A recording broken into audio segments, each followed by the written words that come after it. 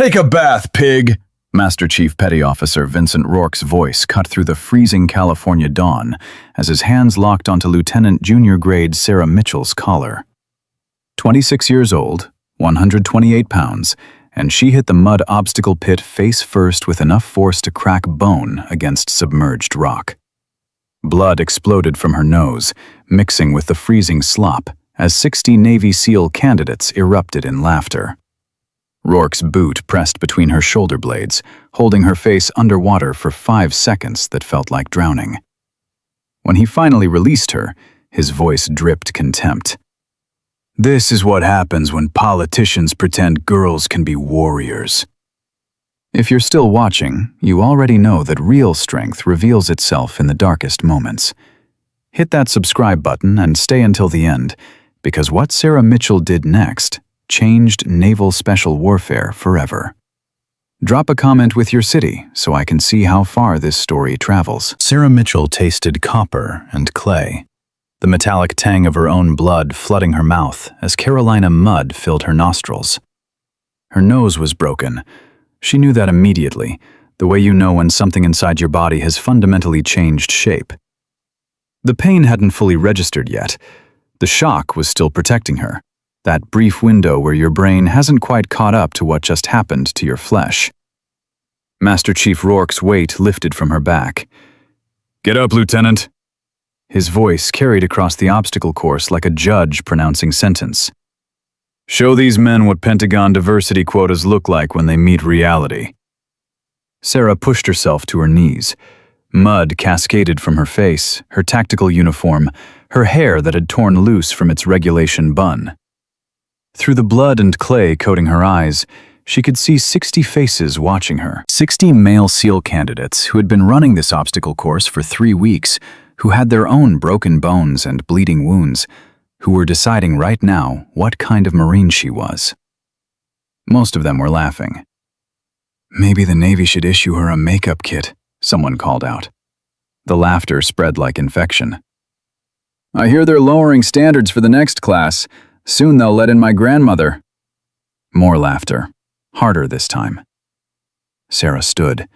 Her legs were shaking, but she locked her knees and forced them still.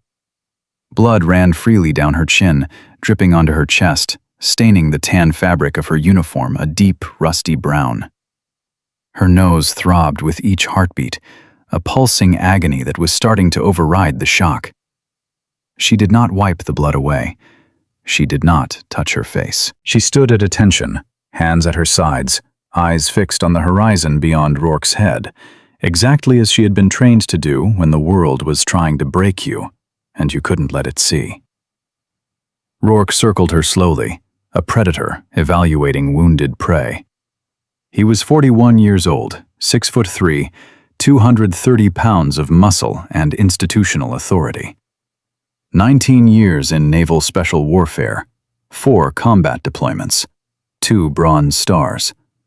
A reputation as the hardest instructor at the Naval Special Warfare Center in Coronado, California, and a man who had made his opinions about women in combat roles abundantly clear in every speech, every interview, every conversation he'd had since the Pentagon announced integration policies 3 years ago.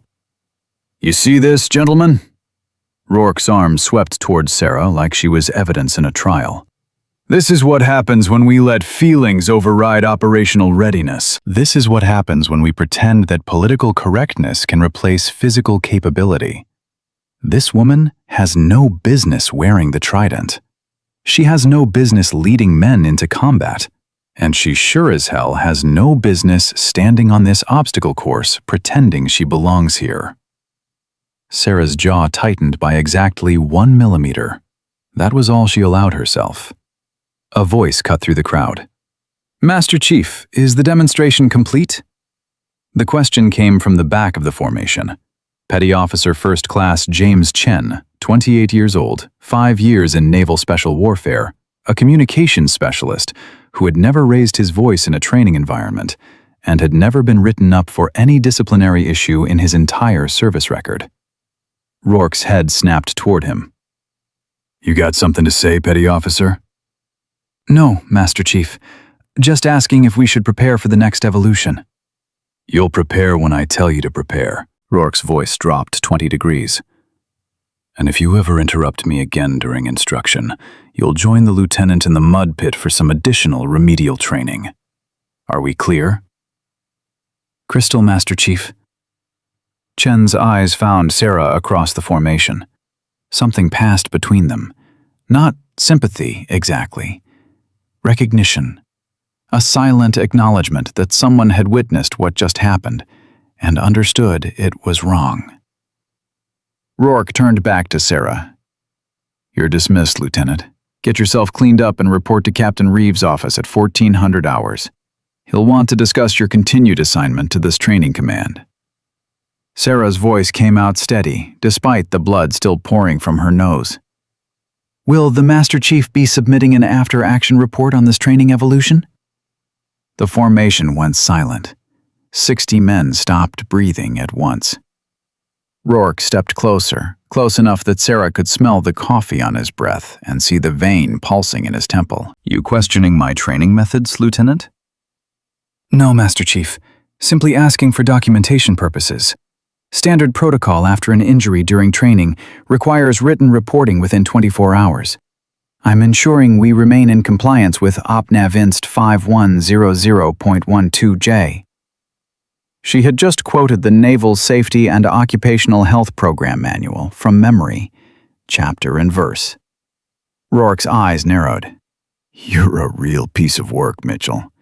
Your file says you transferred from some joint task force nobody wants to talk about. Bet you pulled strings to get this assignment. Bet you thought coming here would make you feel like a real warrior. He leaned in until his face was inches from hers. But I've been breaking people like you for 19 years, and I'm going to break you so completely that you'll beg for a transfer before the week is out. Sarah didn't blink. Master Chief, I'm still waiting for confirmation about the after-action report. For a moment, she thought he might hit her again. His hand actually twitched toward her collar. The candidate saw it. Chen saw it. And from the covered observation platform 30 meters away, Captain Marcus Reeves saw it too. Formation dismissed! Rourke's voice cracked like a whip. Mitchell, get the hell off my obstacle course. Sarah executed a perfect about-face and walked toward the locker rooms. Her steps were measured. Her posture was erect. Her face revealed absolutely nothing except the blood still streaming from her broken nose. She made it exactly 17 steps before her vision started tunneling. 23 steps before her hands started shaking. 31 steps before she realized she was going to vomit. She pushed through the door of the female locker room, empty because she was the only woman assigned to this training cycle, and barely made it to the sink before her stomach emptied. Blood and bile mixed in the white porcelain. Her hands gripped the counter edges so hard her knuckles went white. The shaking spread from her hands up her arms into her shoulders. Her breathing became ragged, uncontrolled. The pain in her nose finally broke through the shock and hit her like a freight train, so intense that fresh tears flooded her eyes and made the blood-smeared mirror in front of her blur into abstract shapes. She was losing control. She could feel it happening, could feel the walls she had built around herself starting to crack. Her right hand moved to her chest, fingers searching beneath the blood-soaked uniform for the small silver object hanging on a chain around her neck. A trident. The Navy SEAL trident, the Budweiser, the most recognizable symbol in naval special warfare. But this trident was different. This trident was 40 years old, tarnished with age, engraved on the reverse side with 3 words in handwriting that Sarah had memorized from birthday cards and deployment letters, and one final message, written the night before a mission that became a funeral. Earn your place. Commander Rachel Mitchell had written those words, Sarah's mother. Dead 14 years, killed during a classified intelligence operation in North Korea when Sarah was 12 years old. The only woman to ever receive the Defense Intelligence Medal posthumously. The only mother Sarah would ever have. Sarah slid down the wall until she was sitting on the cold tile floor of the locker room, knees pulled to her chest, one hand still clutching the trident pendant. The tears came then, hot and unstoppable, mixing with the blood still flowing from her nose. She had not cried in 4 years. 4 years of missions in countries whose names she couldn't speak. 4 years of killing people who would have killed Americans if given the chance. 4 years of watching teammates die and swallowing the grief because there was always another mission, always another target, always another reason to keep moving forward instead of stopping to feel what was breaking inside you. But here, in an empty locker room at 6:30 on a Tuesday morning, covered in mud and blood, Sarah Mitchell finally broke. The sobs tore through her chest like something trying to escape. Her body shook so hard she thought she might actually shake apart. Every breath felt like drowning. Every heartbeat hurt. She cried for the humiliation she had just endured. She cried for every mission that had cost her pieces of herself she would never get back. She cried for her mother, who had died protecting intelligence that saved thousands of lives, and whose name would never appear in any history book. She cried for the girl she used to be before the Navy taught her how to kill people, and then sent her to do it 17 times in 4 years. She cried until there was nothing left inside her except emptiness and the dull throb of her broken nose. Then she heard the voice, not a real voice, a memory. Her mother's voice from 14 years ago, the last conversation they'd had before Commander Rachel Mitchell deployed to North Korea and never came home. "Sarah, baby, listen to me. The world is going to try to convince you that you don't belong in places where women aren't supposed to go. They're going to tell you that you're too small, too weak, too female. They're going to humiliate you and mock you and do everything they can to make you quit. But I need you to remember something. Your strength isn't measured by whether they accept you. It's measured by whether you accept yourself. Earn your place, not for them, for you." Sarah opened her eyes. The locker room was still empty. She was still covered in blood and mud. Her nose still throbbed with every heartbeat. But something had changed. She pushed herself to her feet. Her legs were steady now. Her hands had stopped shaking. She walked to the mirror and looked at what Vincent Rourke had done to her face. Her nose was visibly crooked, shifted several millimeters to the left where the cartilage had cracked. Blood had dried in dark crusts across her upper lip and chin. Mud was caked in her hair, her ears, the corners of her eyes. She looked like someone who had been beaten.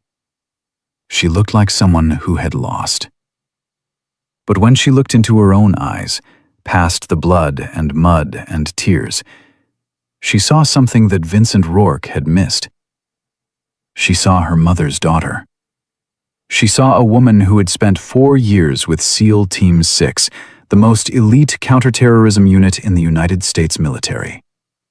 She saw someone who had killed 31 enemy combatants across 23 classified missions. She saw someone who had earned the Navy Cross for actions in Syria that would remain classified until long after she was dead. She saw someone who had recovered her own mother's body from a North Korean military installation during a mission so secret that only 7 people in the entire Department of Defense knew it had happened. Vincent Rourke had thrown her in the mud because he was afraid. He was afraid of what it would mean if she succeeded. He was afraid of what it would say about everything he believed. He was afraid that a 26-year-old woman might be a better warrior than he had ever been. Sarah reached up and carefully straightened her nose. The pain was excruciating, white, hot agony that made her vision blur and her stomach clench. But she set the broken cartilage as best she could, then packed her nostrils with tissue to stop the bleeding. She stripped off her mud-soaked uniform and stepped into the shower. The water ran red for a full minute before it finally started running clear. She washed the mud from her hair, the blood from her face, the shame from her skin. When she stepped out of the shower, she was no longer the woman who had been thrown into the mud pit. She was something else. Something Vincent Rourke was going to regret creating. Captain Marcus Reeves sat in his office reviewing a personnel file that should not have existed. Lieutenant Junior Grade Sarah Mitchell's service record was one of the strangest documents he had encountered in 22 years of naval service. Whole sections were redacted. Entire years were classified at levels above his security clearance. References to units that didn't appear on any organizational chart he could access. Joint Special Operations Command had stonewalled him when he tried to get details. Naval Special Warfare Command had told him the information was compartmented, and he didn't have need to know. The Defense Intelligence Agency had actually laughed at him when he requested clarification on her mother's service record. All he knew for certain was this. Sarah Mitchell had enlisted at 19, 1 week after her mother's death. She had completed basic underwater demolition/SEAL training with scores that put her in the top 10th percentile. She had served with some kind of joint task force for 4 years, and then she had requested transfer to the instructor training program at Coronado. The request itself was unusual. People didn't leave DevGru assignments unless something had gone very wrong or very right. They didn't request instructor billets when they were 26 years old, with combat experience that was apparently so sensitive that even a Navy captain couldn't read the after-action reports. Reeves had asked JSOC why they let her go. The answer had been 3 words. She earned it. Now she was assigned to his training command, and Vincent Rourke had just broken her nose during what he called a routine combatives demonstration. There was a knock on his door. "Enter." Petty Officer First Class James Chen stepped inside and came to attention. "Captain, requesting permission to submit a witness statement regarding this morning's training evolution." Reeves gestured to the chair across from his desk. "Sit down, Petty Officer. Tell me what you saw." Chen sat. His jaw was tight, his hands clenched on his knees. "Sir, Master Chief Rourke deliberately assaulted Lieutenant Mitchell during the combatives demonstration. He applied a hip throw with excessive force, drove her face first into the mud pit, and held her head underwater for approximately 5 seconds while announcing to the formation that women don't belong in special warfare. He then instructed her to report to your office, implying that her assignment to this command would be terminated." Reeves leaned back in his chair. "That's a serious accusation, Petty Officer." "Yes, sir. Which is why I recorded the entire incident on my phone." The room went very quiet. Chen reached into his pocket and placed his smartphone on the desk. "Sir, I've been documenting Master Chief Rourke's behavior toward Lieutenant Mitchell since she arrived 3 weeks ago. This is the 6th incident I've captured." The previous 5 involved verbal harassment, unauthorized additional physical training, and deliberate exclusion from instruction that the rest of the formation received. Reeves picked up the phone. "Why are you bringing this to me now?" "Because this morning he crossed a line, sir. What he did wasn't training. It was assault. And if we don't stop it now, someone's going to get seriously hurt." Chen paused. "Or worse." Reeves pressed play on the video. Vincent Rourke's voice filled the office. "Take a bath, pig." The image showed Sarah Mitchell hitting the mud face first, the spray of blood, Rourke's boot pressing her down. The laughter from 60 men. The deliberate cruelty in every word Rourke spoke. Reeves watched the entire 3-minute video without speaking. When it ended, he set the phone down very carefully. "Petty Officer Chen, I'm going to ask you a direct question and I need a direct answer. Why are you doing this? You're putting your career at risk by going against a Master Chief. Rourke has friends in the command. People who believe what he believes about women in combat. They're going to make your life very difficult. Chen met his eyes. Sir, my little sister enlisted 6 months ago. She wants to be a SEAL. She wants to do what I do. And until 3 weeks ago, I was terrified about what she was going to face. He gestured to the phone. Now, I'm terrified about what happens if people like Rourke are allowed to break people like my sister before they even get a chance to prove themselves. Lieutenant Mitchell didn't quit. She stood up, she followed protocol, and she handled herself with more professionalism than most men I've served with. That's the kind of Marine my sister should have as an example, not whatever the hell Rourke thinks he's protecting. Reeves nodded slowly. I'm going to need you to submit a formal written statement. Everything you just told me, everything on that video, everything you've witnessed over the past 3 weeks. Can you do that? Yes, sir. Good. You're dismissed. And Chen? Reeves waited until the younger man met his eyes. Your sister is lucky to have you. Make sure she knows that. Thank you, sir. After Chen left, Reeves sat alone in his office for a long time. Then he picked up his phone and made a call to a number that very few people in the Navy had access to. The voice that answered was female, professional, and completely devoid of warmth. Naval Special Warfare Development Group, how may I direct your call? This is Captain Marcus Reeves, Commanding Officer, Naval Special Warfare Center, Coronado. I need to speak with someone about a former DevGru operator who's currently assigned to my command. Name of the operator? Mitchell. Lieutenant Junior Grade Sarah Mitchell. There was a pause. A long pause. Then the voice came back, and the warmth was gone, replaced by something that sounded almost like warning. Captain Reeves, please hold. You're being transferred. The hold music lasted exactly 9 seconds. The voice that came on the line next was male, older, and carried the kind of authority that made Reeves sit up straighter despite being alone in his office. Captain Reeves, this is Rear Admiral Thomas Harding, Commander, Naval Special Warfare Command. I understand you're calling about Lieutenant Mitchell. Reeves had not expected a 2-star admiral to personally take his call. Yes, sir. I have some questions about her service record and... Before you ask those questions, Captain, I'm going to tell you 3 things. First, Lieutenant Mitchell's previous assignment is classified at a level that you do not have access to and will never have access to. Second, she requested transfer to your command against the advice of multiple senior officers who wanted her to remain in her previous billet. Third, if anything happens to that young woman that shouldn't happen, I will personally ensure that everyone involved faces consequences they cannot imagine. Am I being clear? Reeves felt ice forming in his stomach. Crystal clear, sir. Good. Now, why are you calling? Reeves explained what had happened that morning. The mud pit, the broken nose, the video Chen had recorded. By the time he finished, the silence on the other end of the line was absolute. When Admiral Harding finally spoke, his voice was very quiet and very dangerous.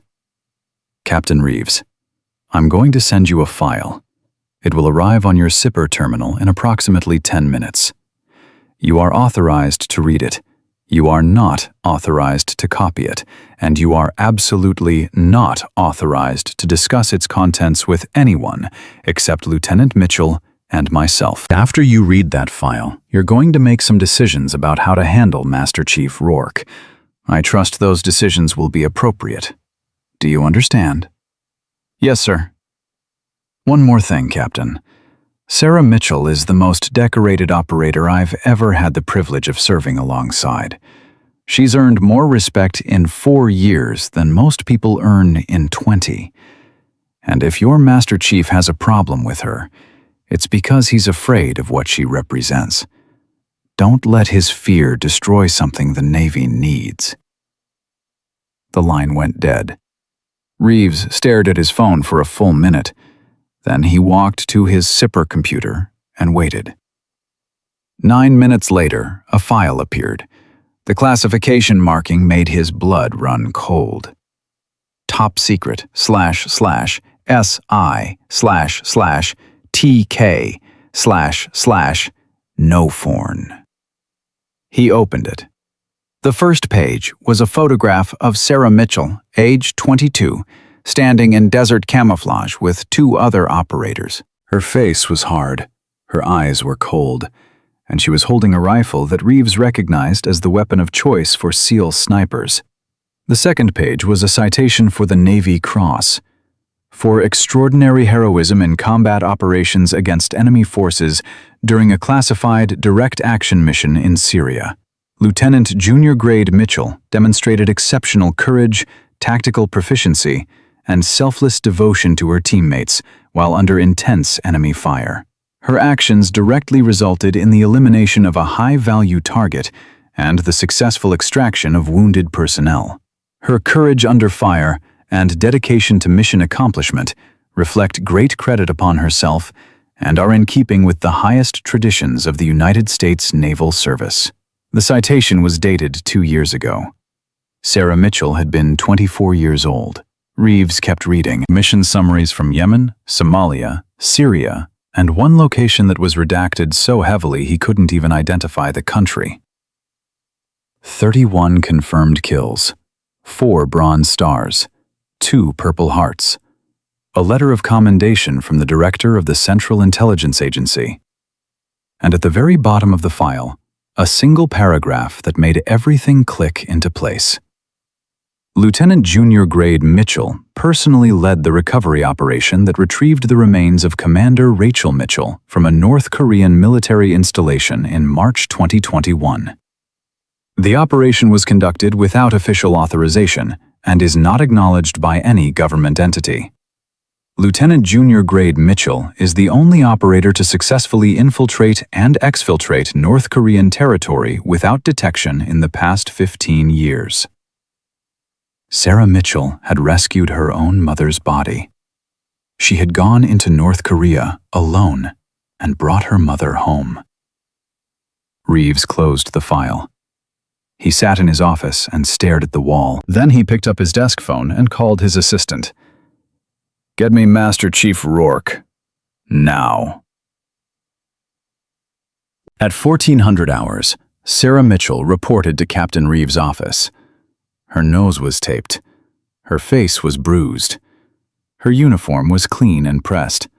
Her expression revealed absolutely nothing. She stood at attention in front of his desk and waited. Reeves looked at her for a long moment. "Lieutenant, I've reviewed the incident from this morning. I've also reviewed your service record.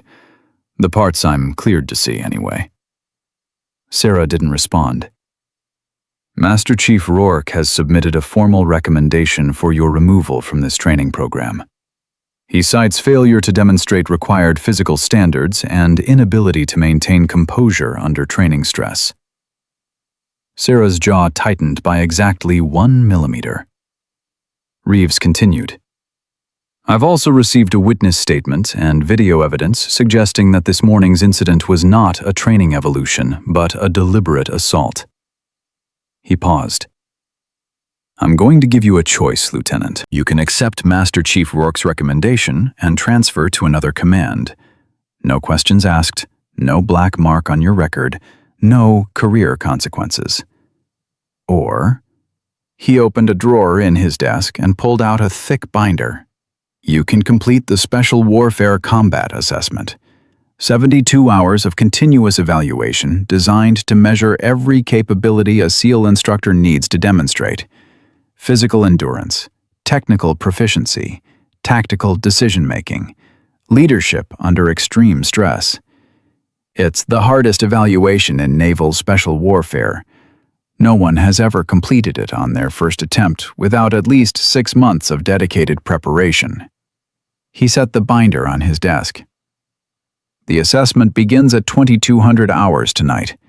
That gives you 8 hours to prepare. If you complete it successfully, Master Chief Rourke's recommendation becomes irrelevant. You stay. You teach. You build the program you want to build. He leaned forward. But Lieutenant, I need you to understand something. This assessment was designed to break people. It's going to push you past every limit you think you have, and attempting it in your current condition, with a broken nose and less than 12 hours since you were assaulted, is going to be the hardest thing you've ever done. Sarah spoke for the first time since entering his office. When does it start, sir? Reeves almost smiled. 2,200 hours. Don't be late. Sarah stood alone in her quarters at 1,800 hours, staring at the equipment laid out on her rack. Wetsuit, fins, tactical vest. 70 pounds of gear that would feel like 700 by hour 40. Her nose throbbed with each heartbeat, a metronome counting down to something she couldn't fully prepare for. Her phone buzzed. A text from a number she didn't recognize. Your mother would be proud. Make them remember. Admiral Harding.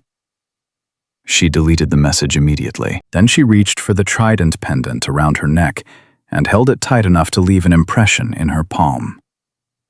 The door burst open without warning. Petty Officer Chen stood in the doorway, breathing hard like he'd been running. Lieutenant, I need to tell you something before tonight. Sarah turned. You should be with your platoon, Chen. Rourke knows about the video. His voice was urgent, clipped. He confronted me an hour ago. Told me I'd regret betraying the Brotherhood. Said accidents happen during assessments. Sarah's expression didn't change. He threatened you directly?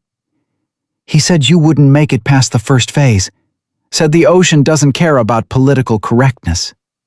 Chen stepped closer, lowering his voice.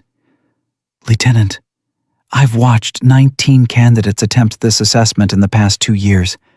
Only 3 completed it. All 3 had been preparing for months. Rourke's going to be one of your evaluators. He's going to try to kill you out there. I know. Then why are you doing this? Sarah was quiet for a moment. When she spoke, her voice carried something Chen had never heard from her before. Not anger, not fear. Certainty. Because if I quit, every woman who comes after me will face what I faced this morning. They'll be thrown in mud pits and told they don't belong. And some of them will believe it. She met his eyes. I'm not doing this for me anymore. I'm doing it so your sister doesn't have to. Chen nodded slowly. What do you need from me? Stay alive. Keep documenting. And if something happens to me that looks like an accident, make sure someone asks questions. Yes, ma'am. After he left, Sarah finished her preparations in silence. She ate a protein bar that tasted like cardboard. She drank exactly 16 ounces of water. She taped her broken nose with fresh medical tape, wincing as her fingers pressed against fractured cartilage. At 21:45 hours, she walked to the assessment staging area. 12 evaluators waited in the darkness. She recognized most of them. Senior enlisted SEALs who had trained hundreds of operators, men who had seen combat in Afghanistan, Iraq, Syria, Yemen. Men who had earned the right to judge whether someone belonged in their community. Master Chief Vincent Rourke stood at the front of the group, arms crossed, face carved from stone. Captain Reeves was there too, standing slightly apart from the evaluators, holding a clipboard that would document the next 72 hours. Reeves addressed her formally. Lieutenant Mitchell, you have elected to complete the Special Warfare Combat Assessment in lieu of transfer. The assessment consists of continuous evaluation across 4 phases: ocean warfare, desert warfare, mountain warfare, and urban warfare. You will be scored on physical performance, technical proficiency, tactical decision-making, and leadership under stress. Failure of any single phase results in immediate termination. Do you understand? Yes, sir. Do you wish to proceed?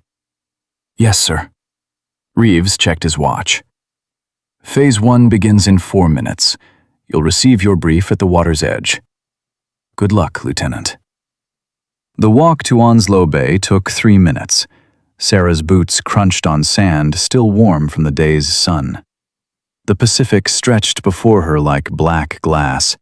No moon, no stars, just darkness that went on forever. A senior chief she didn't recognize handed her a waterproof map and a dive compass. 5-mile ocean swim, 3 checkpoints. You'll find chemical lights marking each position. At the 3rd checkpoint, you'll receive instructions for hostage rescue simulation. Time limit is 90 minutes. Water temperature is 52 degrees. Any questions? No, Senior Chief.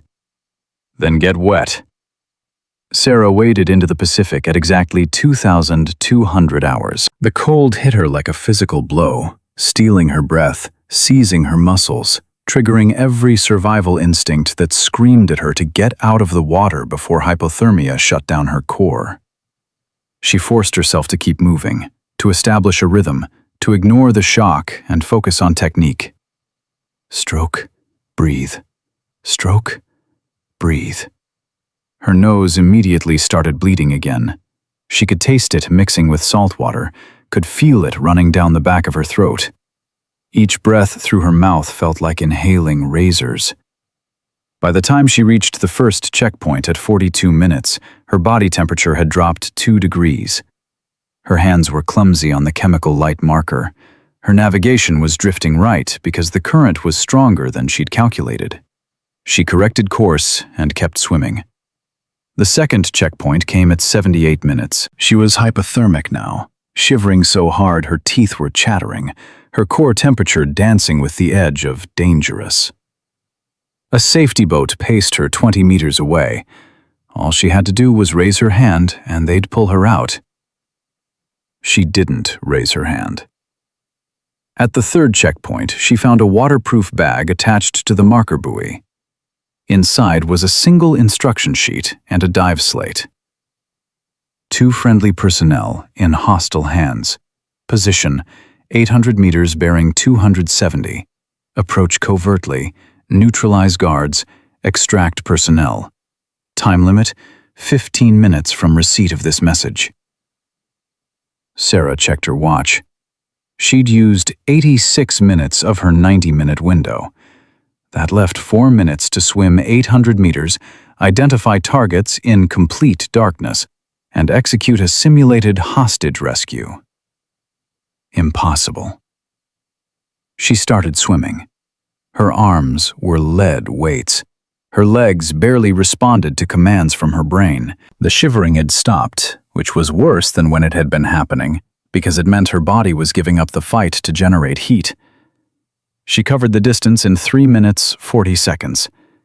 Through her dive mask, she could see 4 chemical lights marking positions in the water. 2 red, 2 green.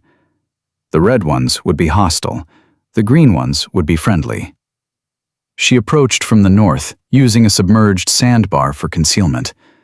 Her movements were slow, controlled, eliminating any water disturbance that would give away her position. At 20 meters, she could see the silhouettes of the evaluators playing hostage takers.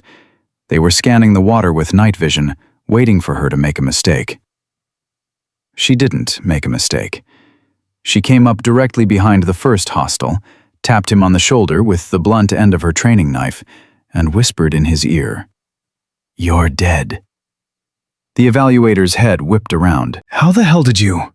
She was already gone, moving to the second hostile before the first one could finish his sentence. Same approach, same technique, same result. Then she was at the friendly positions, both evaluators playing hostages, both of them staring at her like she'd materialized from nowhere.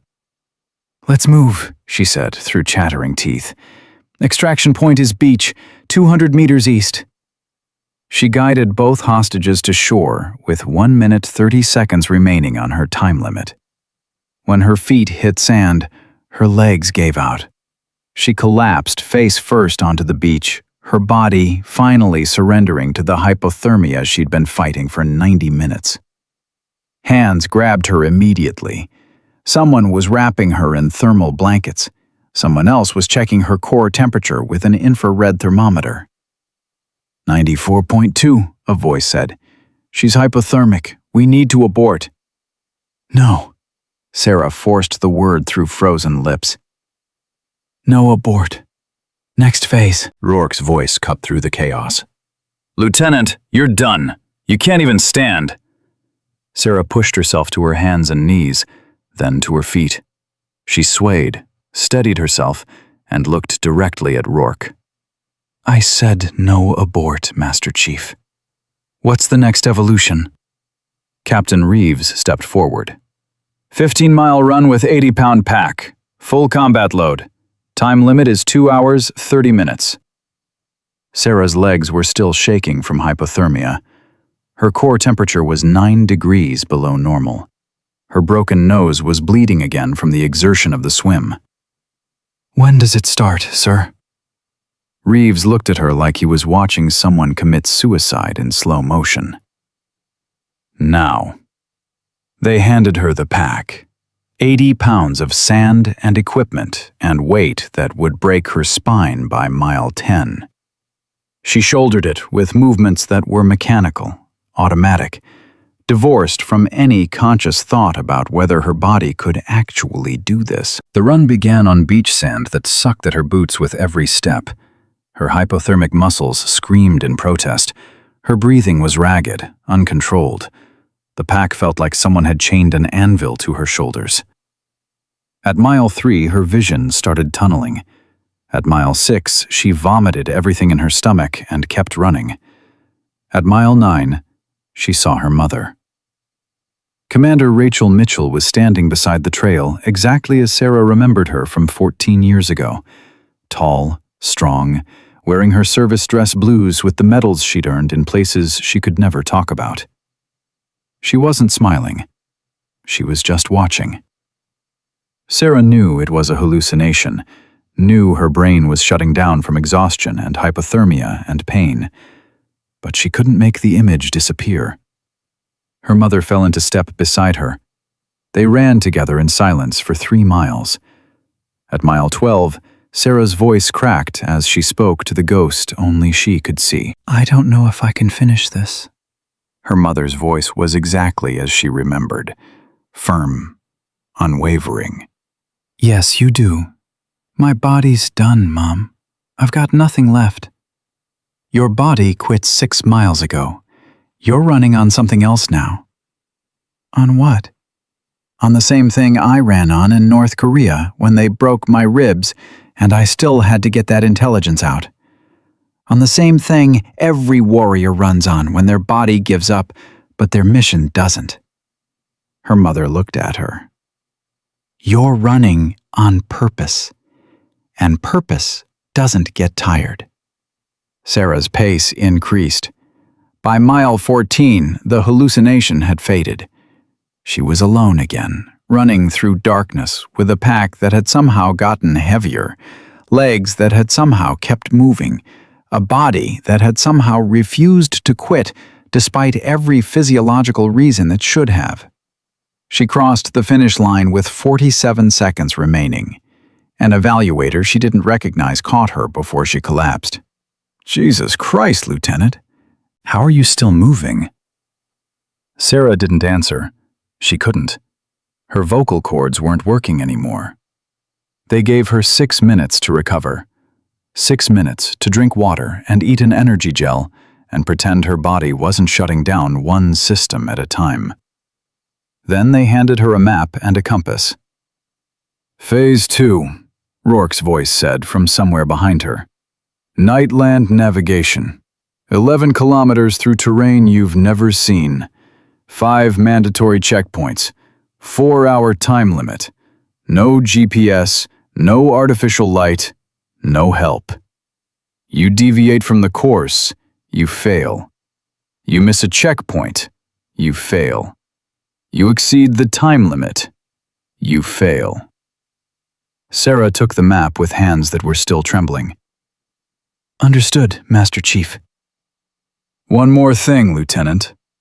Rourke stepped closer, lowering his voice so only she could hear. You're in bad shape.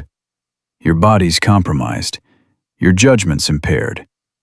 The smart thing to do is withdraw now before you hurt yourself permanently. No one would blame you." Sarah met his eyes. "I'm not withdrawing." "Then you're going to fail. And when you do, I'm going to make sure everyone knows that women don't belong here." "Start the clock, Master Chief." The navigation course was brutal. Dense forest that tore at her uniform, swamp sections where the water came up to her waist and the mud tried to pull her boots off with every step. Terrain features that looked nothing like what the map showed because maps were two-dimensional and terrain was chaos. She found the first checkpoint at hour 1, the second checkpoint at hour 2. At hour 2 and 43 minutes, she became completely disoriented. The forest looked identical in every direction. Her compass bearing should have taken her directly to checkpoint 3, but she'd been walking that bearing for 20 minutes and found nothing. Either her navigation was wrong, or the checkpoint was mismarked, or her brain was so exhausted that she was making mistakes she couldn't identify. Sarah stopped, forced herself to breathe, to think. She pulled out her map and studied it with a red lens flashlight that barely provided enough illumination to see. She retraced her route mentally, identifying each terrain feature she'd passed, each turn she'd made. There. She'd misread a terrain feature 2 kilometers back. What she thought was a hilltop had actually been a saddle between 2 hills. She'd turned left when she should have turned right. The mistake had cost her 30 minutes and nearly 2 kilometers of travel. She corrected her bearing and started moving again. She found checkpoint 3 with 18 minutes remaining on her time limit. Checkpoint 4 came with 4 minutes to spare. At checkpoint 5, she found something she didn't expect: a casualty. A training mannequin representing a wounded SEAL was lying in a small clearing, realistic wound makeup showing arterial bleeding from the right femoral artery, chest wounds suggesting tension pneumothorax, and a cervical collar indicating suspected spinal injury. Next to the mannequin was a medical kit and a radio handset. A laminated instruction card read, 4 minutes to stabilize and initiate Casevac. Demonstrate proper medical intervention and communication protocols. Failure to complete within time limit equals phase failure. Sarah dropped to her knees beside the casualty. Her hands were shaking from exhaustion. Her vision was blurred. Her brain was moving through molasses. She forced herself to work the problem methodically. Tourniquet first, high and tight on the right leg, 2 inches below the inguinal ligament. She cinched it until the simulated bleeding stopped, then marked the time on the tourniquet with a permanent marker. Tension pneumothorax next. She palpated the chest, identified the 5th intercostal space at the anterior axillary line, and performed needle decompression with a 14-gauge catheter. The training mannequin's chest made a realistic hissing sound as the simulated pressure released. Manual cervical spine stabilization while she keyed the radio and transmitted a 9-line medevac request. Crimson Base, this is Siren 47. I have 1 urgent surgical, grid coordinates. She read off the position from her map, her voice steady despite the exhaustion. She completed all 9 lines of the medevac request with 0 errors, finishing with 3 seconds remaining on the timer. An evaluator emerged from the darkness. Nicely done, Lieutenant. Phase 2 complete. You have 15 minutes before Phase 3 begins. Sarah sat back on her heels. Her hands were covered in simulated blood from the mannequin. Her uniform was soaked with sweat and swamp water. Every muscle in her body was screaming. 15 minutes. She used them to close her eyes and remember why she was doing this. Phase 3 began at hour 31. Mountain warfare assessment, the evaluator explained. Technical climbing with full combat load. Casualty evacuation from elevated position. High altitude navigation. You're going up 3,000 vertical feet. Time limit is 8 hours. The terrain is loose rock and exposure. 1 mistake and you're done. Questions? No, Senior Chief. Clip in and start climbing. Sarah had climbed mountains in Afghanistan. had executed high-altitude infiltrations in terrain that would kill you if you made a single mistake. But she'd never done it on hour 31 of continuous physical exertion, with a broken nose and a body that was held together by willpower and nothing else. The first pitch was manageable. Standard rock climbing, good handholds, solid protection points.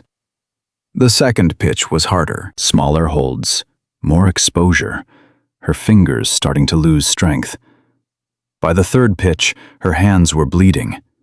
The rock was sharp, volcanic, unforgiving. Every grip tore skin. Every movement left blood on stone. Her fingers were so weak she could barely maintain purchase.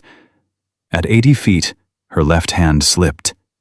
She fell 4 feet before her protection caught her, the rope jerking tight, her body slamming into the rock face hard enough to knock the wind from her lungs. She hung there for a moment, gasping, her ribs screaming where they'd impacted stone. Below her, an evaluator's voice carried up through the darkness. "You want to come down, Lieutenant?" Sarah found her next handhold. "No." She climbed for 6 more hours. At the summit, they had another casualty waiting. This time it was a live human being. Another SEAL playing wounded, dead weight that she had to package in a litter and lower down a cliff face using rope systems, while he screamed realistic agony with every movement. Her hands were so torn up she could barely grip the rope. She completed the evacuation with 12 minutes remaining on her time limit. Phase 4 began at hour 44. Sarah stood in the shoot house briefing room with 12 evaluators staring at her like she was a corpse that hadn't stopped moving yet. Her hands were wrapped in bloody gauze. Her face was so bruised, it looked like someone had beaten her with a hammer. Her eyes were bloodshot from exhaustion. Captain Reeves read from his clipboard. "Close quarters battle assessment. 5 rooms, 9 hostile targets, 3 friendly hostages. Simulated rounds that will leave welts. 0 margin for error. 1 hit on a friendly, you fail. 1 missed hostile that would have killed you. You fail. Time limit is 3 minutes from first engagement. This is your final gate, Lieutenant.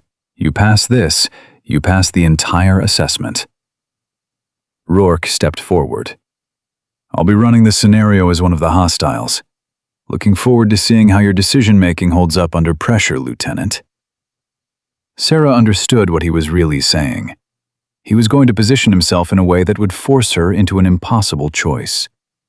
Shoot him and risk hitting a hostage. Don't shoot him and fail the scenario. "Understood, Master Chief." They handed her an M4A1 with simulated ammunition. The weapon was zeroed, the trigger was crisp, but it felt like she was holding a 50-pound weight instead of a 7-pound rifle. She entered the shoot house at exactly hour 44 and 17 seconds. The first room was textbook. 2 hostiles, no friendlies, clean angles of fire. She engaged both targets with controlled pairs, 2 rounds center mass on each.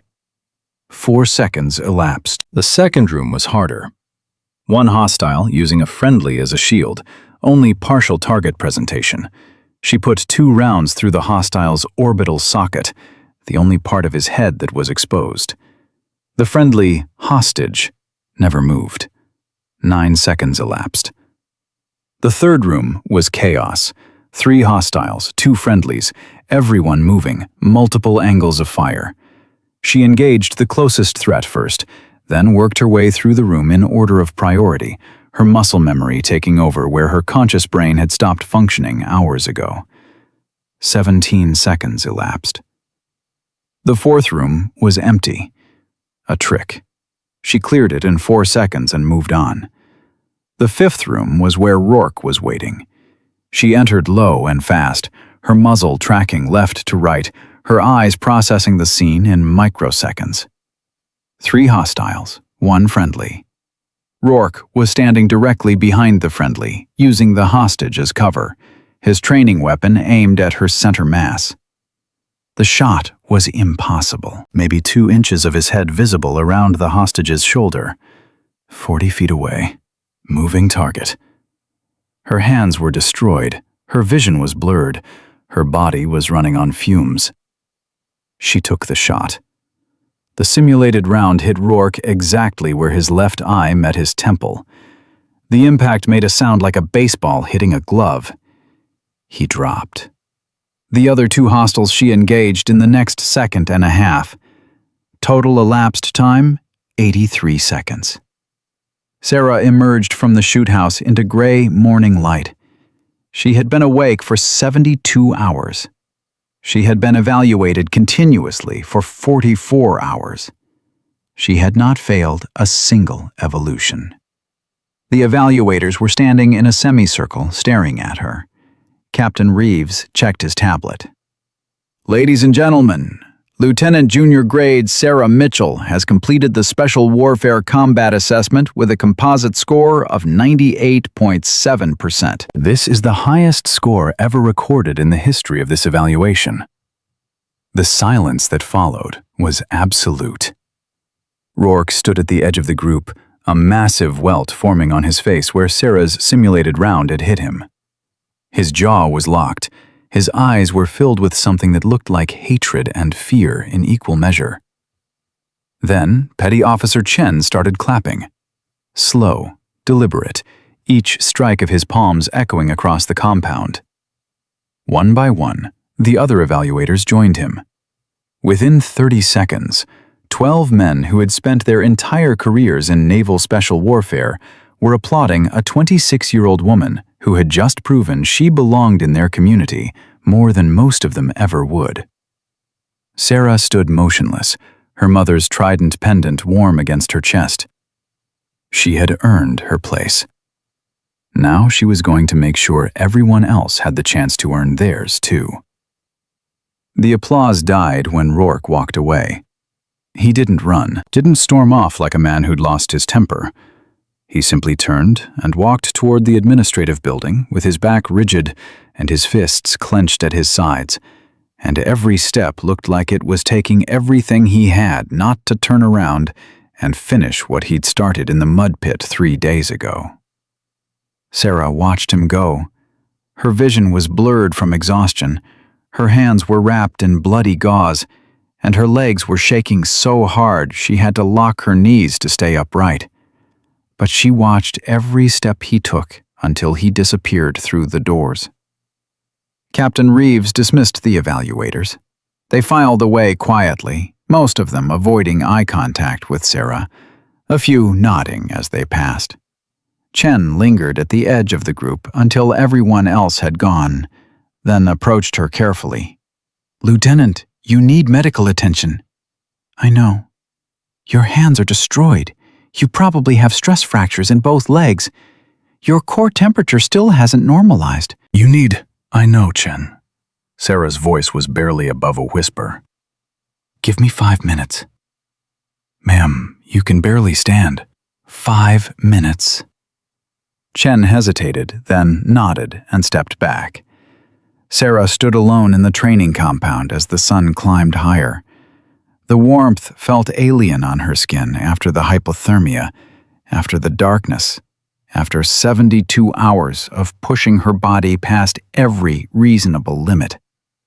She reached up and touched the trident pendant through her uniform, feeling the raised edges of the engraving her mother had made 26 years ago. Her legs gave out. She didn't feel herself falling. 1 second she was standing, the next she was on her knees in the dirt with no memory of how she'd gotten there. Her vision tunneled to a pinpoint, then expanded, then tunneled again. Her hearing cut out completely for 3 seconds, replaced by a high-pitched ringing that felt like her skull was splitting apart. Chen was beside her immediately, his hands on her shoulders. "I'm calling medical." "Don't." Sarah forced the word through lips that felt like they belonged to someone else. "Just get me to my quarters." "Lieutenant, that's an order, Petty Officer." Chen's jaw tightened, but he helped her to her feet. They made it 50 meters before Sarah vomited everything in her stomach, which was nothing but bile and blood from her broken nose. Chen held her steady until the retching stopped. then guided her the rest of the way to her quarters. Inside, Sarah collapsed onto her rack without removing her boots. Chen started to leave, then stopped at the door. "Ma'am, what you did out there?" He struggled for words. "I've never seen anything like it. Nobody has. You understand that, right? You just rewrote what's possible." Sarah's eyes were already closing. "Your sister, Chen. When she gets here, make sure someone tells her about this." "I will, ma'am." "And Chen?" Sarah's voice was fading. "Thank you for the video, for standing up when nobody else would. You earned that the second you got back up from the mud pit, Lieutenant." Sarah was asleep before he finished the sentence. She slept for 16 hours straight, her body shutting down completely, surrendering to exhaustion so profound that her brain couldn't generate dreams or process anything beyond the absolute minimum required to keep her alive. When she finally woke, it was dark again. Her phone showed 47 missed calls and 63 text messages. She ignored all of them except one. Admiral Harding. "My office, Monday 0800. Bring your sea bag." That was 2 days away. Sarah spent the next 36 hours in a haze of pain and recovery. Medical cleared her for duty despite hands that looked like hamburger meat and a nose that would never be quite straight again. She submitted her after-action report, 14 pages documenting every phase of the assessment with clinical precision and zero emotional content. On Sunday evening, Petty Officer Chen found her in the mess hall, eating alone. "Mind if I sit, Lieutenant?" Sarah gestured to the empty chair across from her. Chen sat and was quiet for a moment, pushing food around his tray without eating. "Something wrong, Chen?" "Master Chief Rourke requested transfer. Put in the paperwork yesterday. He's leaving Coronado." Sarah set down her fork. "Where's he going?" "Administrative assignment, Pentagon liaison, desk job." Chen met her eyes. "He's done as an instructor.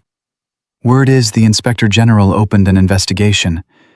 They interviewed 16 people yesterday, including me. They've got statements, they've got video, they've got everything." "Good. There's something else." Chen leaned forward, lowering his voice. "His daughter, the one who died? I did some digging. She didn't fail Hell Week. She never even started it." Sarah went very still. "What?" She was denied entry to BUD/S 3 weeks before her class was supposed to begin. Medical disqualification. Severe depression, multiple psychiatric holds, history of self-harm dating back to high school.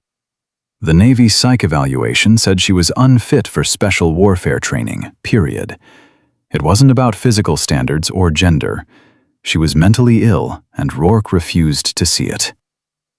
Jesus Christ. He blamed women's integration because it was easier than blaming himself for not getting his daughter help when she needed it. Chen's voice was hard. She killed herself 2 weeks after the disqualification came through. Left a note saying her father would never forgive her for failing him. The note didn't mention BUD/S once. It was all about how she could never be strong enough for him, never make him proud, never stop disappointing him. Sarah felt something cold settle in her chest. "How do you know all this?" "The IG investigator showed me the file. Did they needed to establish motive for Rourke's behavior towards you?" Chen paused. "Lieutenant, he wasn't trying to protect SEAL culture from women. He was trying to punish every woman who succeeded where his daughter failed. He was punishing you for being what she could never be, not because of gender, but because she was sick and he couldn't fix her." Sarah pushed her tray away, her appetite gone. "Where is he now?" "His quarters, packing. He ships out Tuesday morning." "I need to talk to him." Chen's eyes widened. Ma'am, I don't think that's a good idea. The man assaulted you. He tried to end your career. I know what he did, Jen. But I also know what it's like to lose someone and spend years blaming the wrong people for it. Sarah stood. Where are his quarters? Chen gave her the building number reluctantly. Lieutenant, if this goes bad, it won't. Stay here.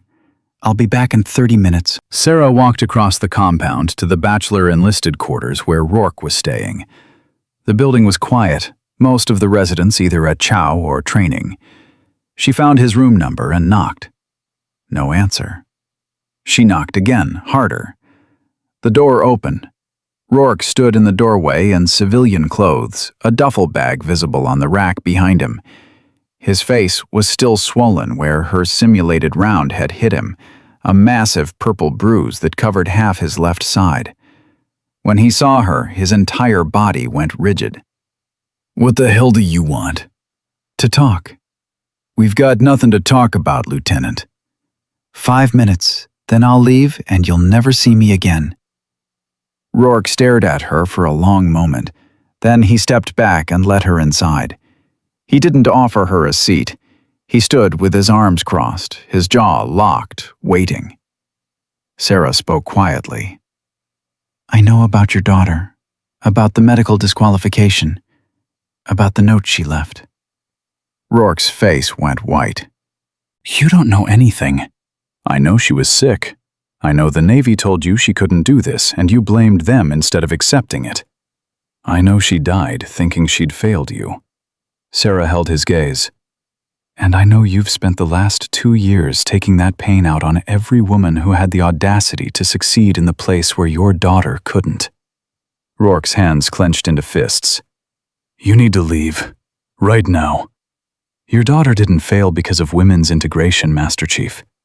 She failed because she needed help you weren't willing to give her.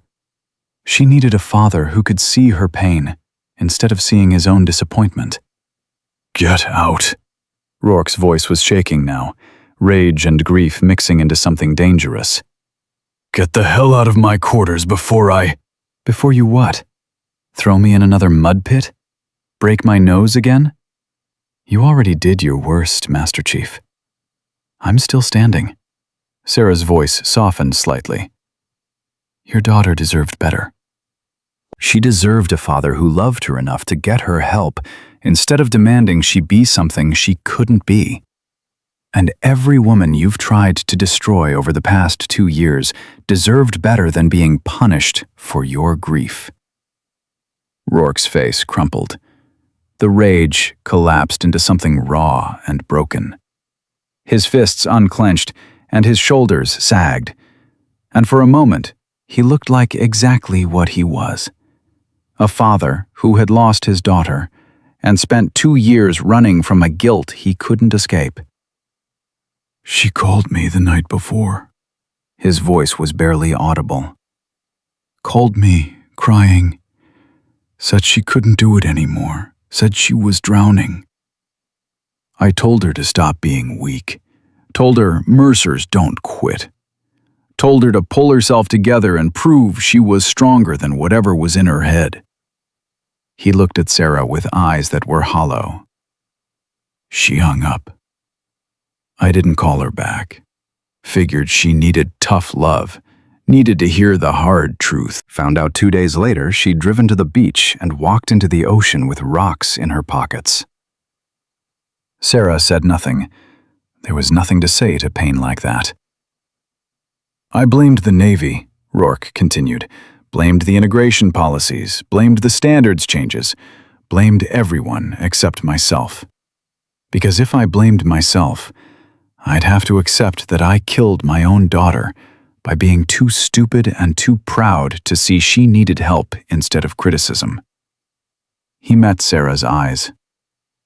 You want me to apologize? To say I'm sorry for what I did to you? I'm not. Because saying sorry means accepting I was wrong about everything. And if I accept that, then I accept that Emma died for nothing. That I destroyed her for no reason. Your daughter didn't die for nothing, Master Chief. She died because mental illness is invisible until it's fatal. She died because the stigma around asking for help is so strong that she chose death over disappointing you. Sarah's voice was firm. But her death doesn't give you permission to destroy other people. It gives you responsibility to make sure no one else's daughter has to choose between being perfect and being alive. Rourke sank onto his rack, his head in his hands. I don't know how to live with this. You start by accepting it. You accept that you failed her. You accept that you can't fix it. And then you decide whether you're going to spend the rest of your life making other people pay for your mistakes, or whether you're going to honor your daughter by becoming the father she needed you to be for someone else's daughter. I ruined your career. I tried to break you. How the hell am I supposed to come back from that? You can't come back from it. What's done is done, but you can choose what happens next. Sarah turned toward the door, then stopped. Master Chief, your daughter would be 24 now if she'd lived. Same age I was when I came back from Syria. I think about that sometimes. About the women who don't make it to 26 because the pain gets too heavy, and nobody teaches them it's okay to put it down. She looked back at him. Your daughter deserved a father who understood that. Every woman who comes after her deserves instructors who understand that. Be better. She left before he could respond. The walk back to the mess hall felt longer than the 72-hour assessment. Sarah's hands were shaking again, but not from exhaustion this time. From adrenaline, from emotion, from confronting a man who had tried to destroy her and finding nothing but a broken father who couldn't forgive himself. Chen was waiting where she'd left him. He stood when she approached. How did it go? I don't know yet. Sarah sat down heavily. Maybe nowhere, maybe somewhere. Time will tell. You okay, Mem? No, but I will be. Monday morning came too fast. Sarah reported to Admiral Harding's office at 0800 sharp, her sea bag slung over her shoulder, her hands still wrapped in gauze, her face still marked with bruises that would take weeks to fade. The Admiral's aide showed her into an office that overlooked San Diego Harbor. Admiral Thomas Harding stood at the window, hands clasped behind his back, watching ships move through the channel. He didn't turn when she entered. Lieutenant Mitchell, thank you for coming. Sir. I've read Captain Reeves' report on your assessment. 98.7%. Highest score in the history of the evaluation. He finally turned to face her. I've also read the Inspector General's preliminary findings on Master Chief Rourke. The man should face court-martial for what he did to you. Sir, I'd prefer if I know what you'd prefer, Lieutenant. You'd prefer to let it go, to move forward, to avoid making waves. But that's not how this works. Rourke assaulted you. He sabotaged your assessment. He engaged in a systematic campaign of harassment designed to end your career. There have to be consequences. With respect, sir, Rourke's daughter killed herself, and he blamed the wrong people for it. He's already paying consequences that will follow him for the rest of his life. A court-martial won't change that. It'll just make him a martyr for people who think like he does. Harding studied her for a long moment. You're more forgiving than I would be in your position. I'm not forgiving him, sir. I'm just choosing not to let his pain define my future. The Admiral nodded slowly. All right. I'll recommend administrative punishment instead of court-martial. He'll lose rank, lose pay, and his career is over. But he'll avoid a criminal record. He gestured to a chair. Sit down, Lieutenant. We need to discuss your next assignment. Sarah sat. Her sea bag rested at her feet like an anchor. I received a call yesterday from the Director of Naval Special Warfare. She wants you at the Pentagon as her special assistant for integration policy. You'd be writing the guidance that shapes how we train the next generation of SEALs. Desk job, Monday through Friday. Excellent for career progression. Sarah's heart sank. Sir, I also received a call from the commanding officer at BUD/S. He wants you as a Phase 2 instructor. You'd be training candidates directly, showing them what right looks like, building the program from the inside. He paused. And I received a call from DevGru. They want you back. Your old team, specifically. They said if you're done proving points, they'd like their best shooter back on the line. Sarah's throat tightened. 3 paths, 3 futures. All of them earned, all of them deserved, all of them leading in completely different directions. What do you want, Lieutenant? Not what you think you should want, not what would make the best headlines. What do you actually want? Sarah thought about her mother, about the trident pendant hanging around her neck, about 60 SEAL candidates watching her get thrown in the mud and deciding what kind of warrior she was.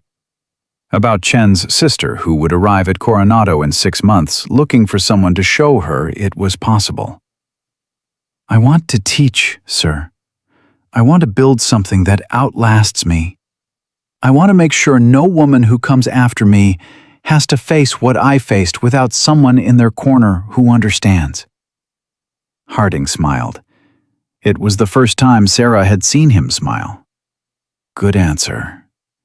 You'll report to BUD/S as a Phase 2 instructor starting next week.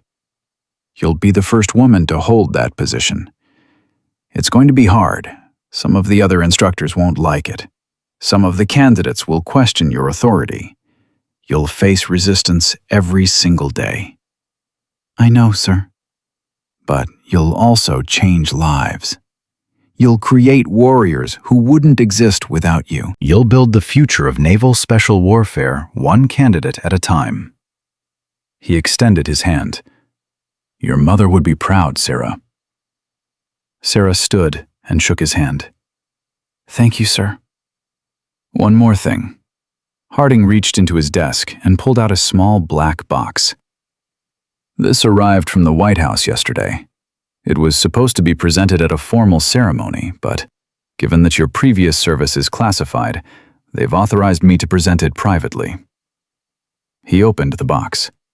Inside was the Navy Cross, the second highest military decoration for valor, a bronze cross hanging from a blue ribbon. For actions in Syria that saved 8 American lives and eliminated a threat that would have killed hundreds more. You earned this 2 years ago, Lieutenant. You've just been waiting for someone with the clearance to tell you about it. Sarah stared at the medal. Her vision blurred with tears she refused to let fall. Harding pinned the Navy Cross to her uniform, just above her heart, right next to the trident that marked her as a SEAL. Wear it proudly, Lieutenant. You've earned everything you're carrying. Sarah's voice cracked. Thank you, sir. Dismissed. And Mitchell? Harding's expression softened. Your mother conducted the intelligence operation that identified the target you eliminated in Syria. She died protecting information that you used to save lives 2 years after her death. The work we do outlasts us. Never forget that. Sarah walked out of Admiral Harding's office with a Navy Cross on her chest, orders to BUD/S in her sea bag, and tears streaming down her face that she didn't bother wiping away. She made it to her truck before she completely broke down. She sat in the driver's seat and sobbed like she hadn't sobbed since she was 12 years old, watching her mother's casket lowered into the ground at Arlington. She cried for the assessment she'd barely survived. She cried for Rourke's daughter, who had died thinking she wasn't strong enough. She cried for her mother, who had died protecting secrets that would save lives years after her death. But mostly, she cried because for the first time in 14 years, She felt like she'd finally earned the right to wear the trident her mother had given her. When the tears finally stopped, Sarah pulled out her phone and sent a text to Chen. "Tell your sister I'll be waiting for her when she gets to Coronado. Tell her to bring everything she's got. She's going to need it." Chen's response came 30 seconds later. "She already knows, ma'am. Everyone knows. You just changed everything." Sarah started her truck and drove toward the ocean. She parked at the beach where Rourke's daughter had walked into the water with rocks in her pockets, and she sat on the sand, watching waves crash against the shore until the sun started setting. She thought about all the women who would come to Coronado in the years ahead, the ones who would be thrown in mud pits and told they didn't belong, the ones who would push past every limit and prove that strength had nothing to do with gender and everything to do with refusing to quit when the world demanded it. She thought about her mother's words from 14 years ago. "Earn your place, not for them, for you." Sarah had earned her place. Now she was going to make damn sure everyone else got the chance to earn theirs too. Sarah's first day as a BUD/S instructor began with a confrontation she hadn't anticipated. She walked into the Phase 2 briefing room at 05:45, 15 minutes before the instructor's morning meeting, and found 8 senior enlisted SEALs already there. They stopped talking the moment she entered. The silence was heavy, deliberate, the kind that made clear she wasn't welcome. Senior Chief Marcus Webb stood at the head of the table, 43 years old, 22 years in naval special warfare, a legend among BUD/S instructors. He looked at Sarah like she was something he'd found on the bottom of his boot. "Lieutenant Mitchell, didn't expect you so early." "Senior Chief?" Sarah set her coffee down and took a seat at the table. The other instructors shifted in their chairs, creating space between themselves and her like she carried something contagious. Webb crossed his arms. "We need to establish something right now, before the candidates arrive. This is my phase. I've been running Phase 2 for 6 years. I've trained over 400 SEALs. I don't need help from someone who's been an instructor for exactly 0 days." Sarah met his eyes. "I'm not here to take over your phase, Senior Chief. I'm here to teach." "Teach what, exactly? You've got 4 years of trigger time and a pretty medal, but you've never trained a single candidate through BUD/S. What makes you think you're qualified to stand in front of men who've been doing this since before you could drive?" The other instructors watched her carefully, waiting to see how she'd respond to the challenge. Sarah knew this moment mattered. She could back down, show deference, try to earn their acceptance through submission. Or she could stand her ground and risk alienating the entire instructor cadre before her first day even started. "Senior Chief, I'm qualified because Admiral Harding said I'm qualified. If you have an issue with that, take it up with him. Otherwise, brief me on today's training schedule so I can do my job." Webb's jaw tightened. "You think pulling rank makes you one of us?" "I don't need to be one of you, Senior Chief. I need to be good at teaching candidates how to stay alive in combat. Everything else is ego." The room went silent again. Then one of the instructors, a petty officer first class named Rodriguez, let out a short laugh. "She's got you there, Senior Chief." Webb shot him a look that could have melted steel. "You think this is funny, Rodriguez?" "No, Senior Chief. I think the lieutenant has a point. We're here to train SEALs, not run a popularity contest." Webb turned back to Sarah. "Fine. You want to teach? Today we're running surf torture. 2 hours in 60-degree water with full gear.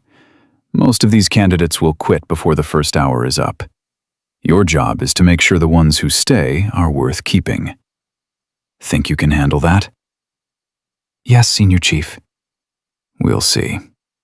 The candidates arrived at 0600, 63 men who had survived Hell Week and were now facing Phase 2, the diving phase, where more candidates failed from panic underwater than from anything their bodies couldn't handle. They formed up on the beach in the pre-dawn darkness, shivering in their wetsuits, waiting for whatever fresh hell the instructors had planned. Sarah stood with the other instructors, watching the formation. She recognized the body language immediately. These men were exhausted, running on fumes, held together by willpower and the fear of quitting. Some of them would make it. Most wouldn't. Senior Chief Webb addressed the formation. "Gentlemen, today you're going to learn an important lesson about combat diving. The ocean doesn't care how tough you think you are. It doesn't care about your high school football stats or your college wrestling record. It will kill you without hesitation if you panic, if you make mistakes, if you forget for 1 second that you're a guest in an environment designed to drown mammals." He paused. "Today you're going to spend 2 hours in the surf. You're going to lock arms with your swim buddy, and you're not going to let go for any reason. If your buddy quits, you both quit. If you can't trust each other in training, you sure as hell can't trust each other in combat. Questions?" No one spoke. "Good. Get in the water." The candidates moved to the surf line and waded in. The shock of cold water hit them immediately, making them gasp, making their bodies seize up. They locked arms in pairs and sat down in the shallows, waves crashing over their heads every 15 seconds.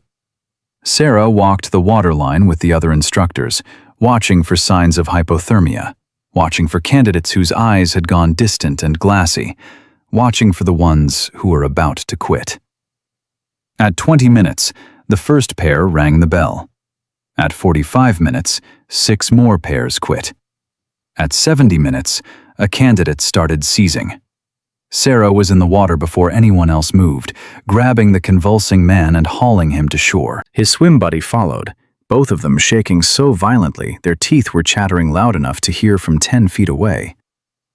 "Get a corpsman!" Sarah laid the seizing candidate on his side, monitoring his airway, checking his pulse. The convulsions stopped after 30 seconds. His eyes focused on her face.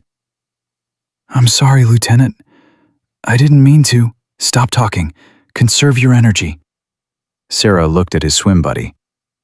"What's your name, candidate?" "Harris, ma'am." "Harris, your buddy just seized in the water. That's a medical emergency, not a failure. You got him to shore alive. That's what matters. Understand?" "Yes, ma'am." The corpsman arrived and took over. Sarah returned to the waterline, her uniform soaked, her boots full of sand and seawater. Webb was watching her with an expression she couldn't read. "Nice work, Lieutenant. Fast response, good priorities." "Thank you, Senior Chief." "But that candidate is done. Seizure in training means medical disqualification. He's out of the program." Sarah nodded. She'd known that already. Every candidate knew the risks. Medical emergencies ended careers with no appeals, no second chances. The surf torture continued for another 50 minutes. By the end, 41 candidates remained. 22 had quit or been medically disqualified. The ones who stayed were shaking so hard they could barely stand when Webb finally ordered them out of the water. "Hit the showers, get warm. Report to the classroom in 30 minutes for dive physics instruction. Move!" The candidates stumbled toward the locker rooms, supporting each other, their lips blue, their skin pale. Sarah watched them go and felt something twist in her chest. These men were volunteering for this, choosing it, begging for the privilege of being broken down and rebuilt into something harder. Webb approached her as the beach cleared. "You did good today, Lieutenant. That candidate would have died if you'd been 2 seconds slower. Just doing my job, Senior Chief." "Yeah, well, maybe I was wrong about you." He extended his hand. "Welcome to Phase 2. Sarah shook his hand, surprised. "Thank you, Senior Chief." "Don't thank me yet. Tomorrow we start pool comp. That's where we find out who can handle stress underwater. That's where most of them break." Webb walked away, leaving Sarah alone on the beach. She looked out at the ocean, at the waves that had just tortured 41 men for 2 hours, and thought about her mother. Commander Rachel Mitchell had never been through BUD/S, had never been a SEAL, had never faced surf torture or pool comp or any of the physical brutality that defined naval special warfare.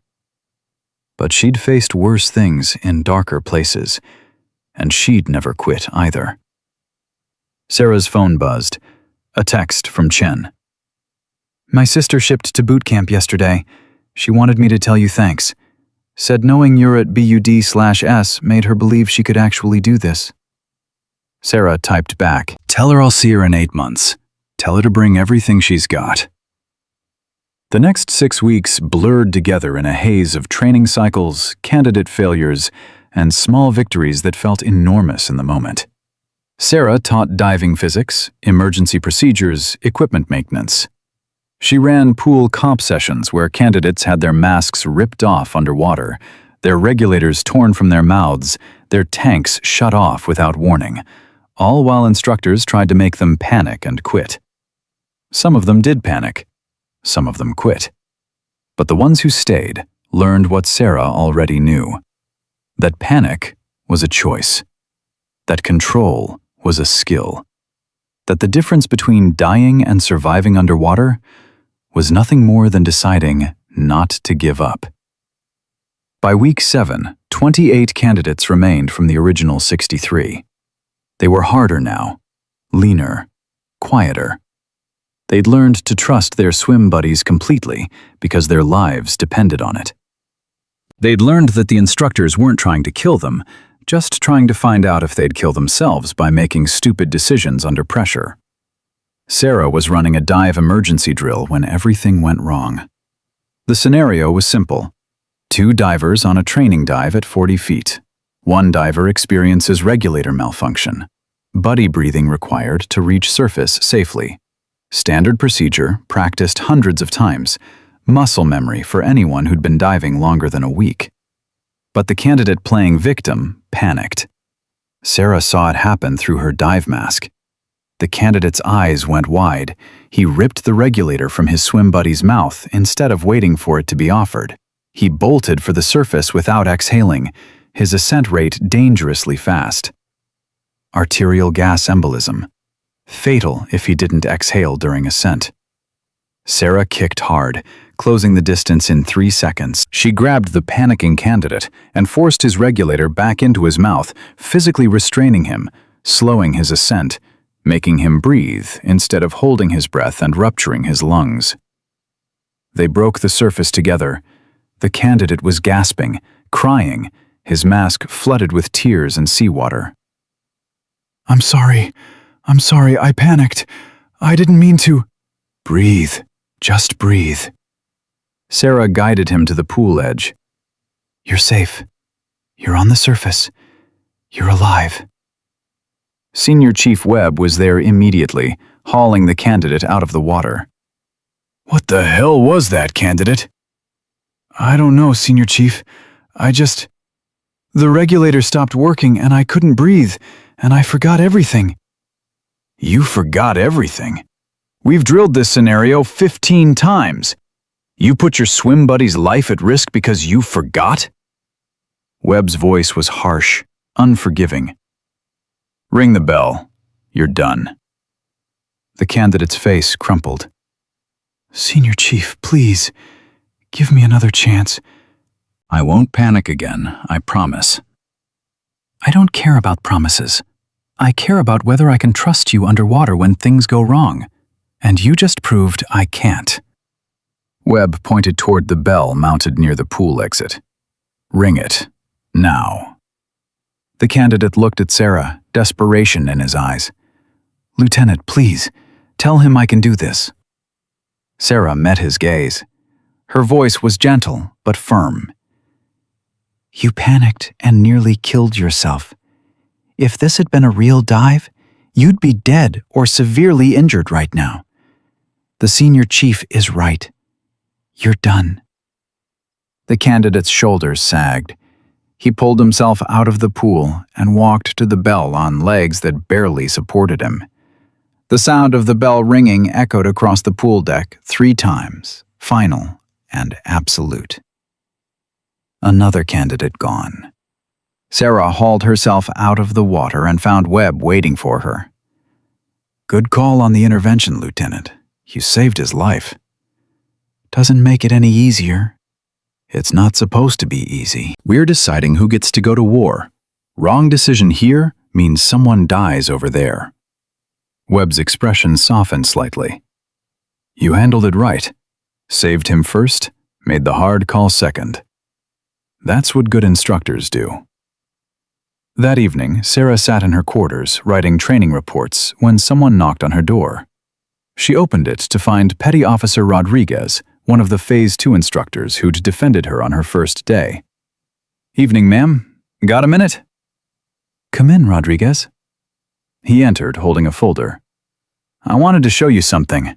Class photos from every Phase 2 class I've instructed. 94 candidates across 6 classes." He opened the folder, showing her rows of faces. Young men, determined expressions, most of them looking too young to be volunteering for something this brutal. Then he showed her a second folder. "These are the same candidates 5 years later. The ones who made it through BUD/S, got to teams, deployed to combat." He pointed to individual faces. KIA in Afghanistan, KIA in Iraq, KIA in Syria, medical retirement after training accident, paralyzed during halo jump, lost both legs to IED. Sarah felt ice forming in her stomach. "Why are you showing me this?" "Because every time we let someone through who shouldn't be here, we're potentially sending them to die, or we're putting the guys next to them at risk. That candidate who panicked today? He seemed like a good kid, but good kids die if they panic underwater during a real mission." Rodriguez met her eyes. "What we do here matters, Lieutenant. The standards matter. The failures matter. We're not crushing dreams. We're saving lives by making sure only the right people get to the teams." "I know that, Rodriguez." "Do you? Because I see the way you look at them when they quit. Like it's your fault. Like you failed them somehow." He closed the folders. "You didn't fail them. They failed themselves. And better here than downrange, where failure costs more than just their pride." After Rodriguez left, Sarah sat alone, with his words echoing in her head. She thought about the candidate who'd panicked today, who'd looked at her with desperate eyes and begged for another chance. She thought about all the candidates who'd quit over the past 7 weeks, all the dreams that had died on the pool deck or in the surf, or in moments when their bodies simply refused to do what their minds demanded.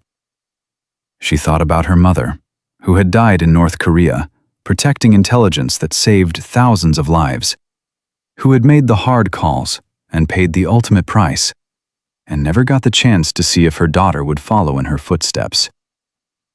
Sarah pulled out her phone and called a number she hadn't dialed in 3 years.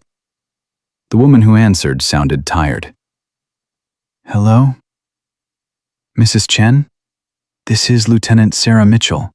I served with your son James at Coronado." There was a pause. "Lieutenant Mitchell, James told me about you, about what you did. He said you changed everything." "Mrs. Chen, your daughter Emily, James told me she wants to be a SEAL." "Yes, she's in boot camp right now. Graduates in 4 weeks." Mrs. Chen's voice wavered slightly.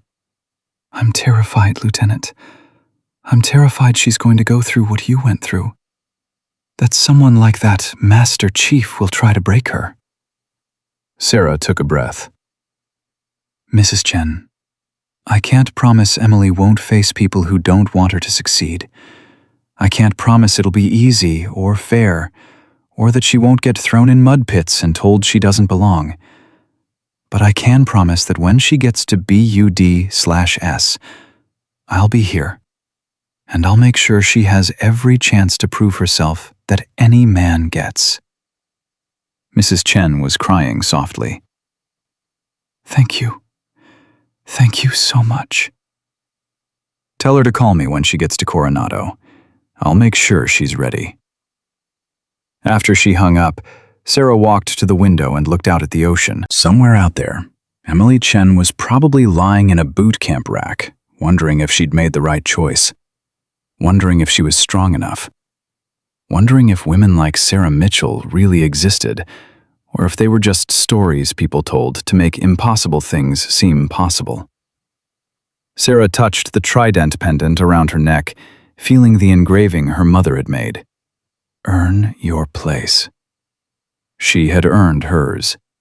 Now she was going to make damn sure Emily Chen got the chance to earn hers too. The weeks turned into months. Sarah trained 3 more Phase 2 classes, watched dozens more candidates quit or fail, saw the ones who made it through transform from terrified kids into competent operators. She earned the respect of the instructor cadre slowly, one training evolution at a time, proving she belonged, not through speeches, but through competence.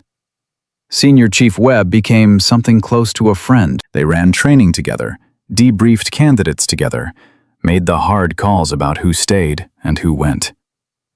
He told her once that she was the best instructor he'd worked with in 6 years, and coming from Webb, that meant everything. But the real test came on a Tuesday morning in November when Emily Chen arrived at BUD/S. Sarah was running a pool drill when the new candidate class reported for their first day of Phase 2. She saw Emily immediately. 21 years old, 5'5", 130 pounds, standing at attention with 57 men who towered over her. The other instructors saw her too. Sarah watched their reactions carefully. Most were professional, neutral. A few exchanged glances that suggested this was going to be interesting. One, a petty officer second class named Morrison, who'd been vocal about his opposition to integration, looked at Emily like she was an insult to everything he believed in. Sarah made a mental note to watch Morrison carefully. Webb called the formation to attention. "Welcome to Phase 2. I'm Senior Chief Webb. This is Lieutenant Mitchell and the rest of your instructor cadre. Over the next 7 weeks, we're going to teach you how to dive, how to survive underwater emergencies, and how to operate in an environment that will kill you if you make mistakes. Roughly half of you will fail. The half that succeeds will move on to land warfare. Questions?" No one spoke. "Good. Today we start with pool familiarization. Pair up with your swim buddy and get in the water." The candidates moved to execute. Sarah watched Emily pair up with a candidate named Torres, a stocky kid from Texas who looked like he could bench press a small car. He didn't seem bothered by having a female swim buddy, which was a good sign. Morrison approached Sarah as the candidates entered the pool. "Lieutenant, you really think she's going to make it?" "We'll find out, Morrison." "My money says she quits before week 3. Women don't have the upper body strength for this. It's just biology." Sarah kept her voice level. "Your job is to train her the same way you train everyone else. Her success or failure is her responsibility, not yours. Clear?" Morrison's jaw tightened. "Crystal clear, ma'am." He walked away, and Sarah knew this was going to be a problem. The first week went smoothly. Emily kept up with the physical demands, executed the dive drills competently, didn't complain or ask for special treatment. The other candidates seemed to accept her presence, and Torres turned out to be a solid swim buddy who treated her like any other teammate. But in week 2, Morrison made his move. Sarah was reviewing training schedules when Webb found her. "We've got a problem.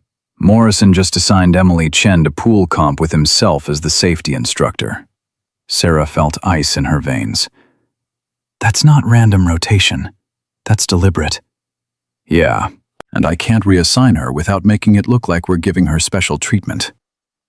"So we let it happen and watch him like a hawk." Webb nodded grimly. "I'll be in the water with him. He tries anything dirty, I'll shut it down." Pool comp started at 1400. Emily entered the pool with her swim buddy Torres, both of them in full dive gear, both of them knowing what was coming. The instructors would attempt to make them panic underwater by ripping off masks, turning off air supplies, tying their hoses in knots, anything to trigger the primal fear of drowning. Morrison entered the water like a predator. For the first 5 minutes, he followed standard procedure. He pulled Emily's mask off. She cleared it and replaced it calmly. He shut off her air.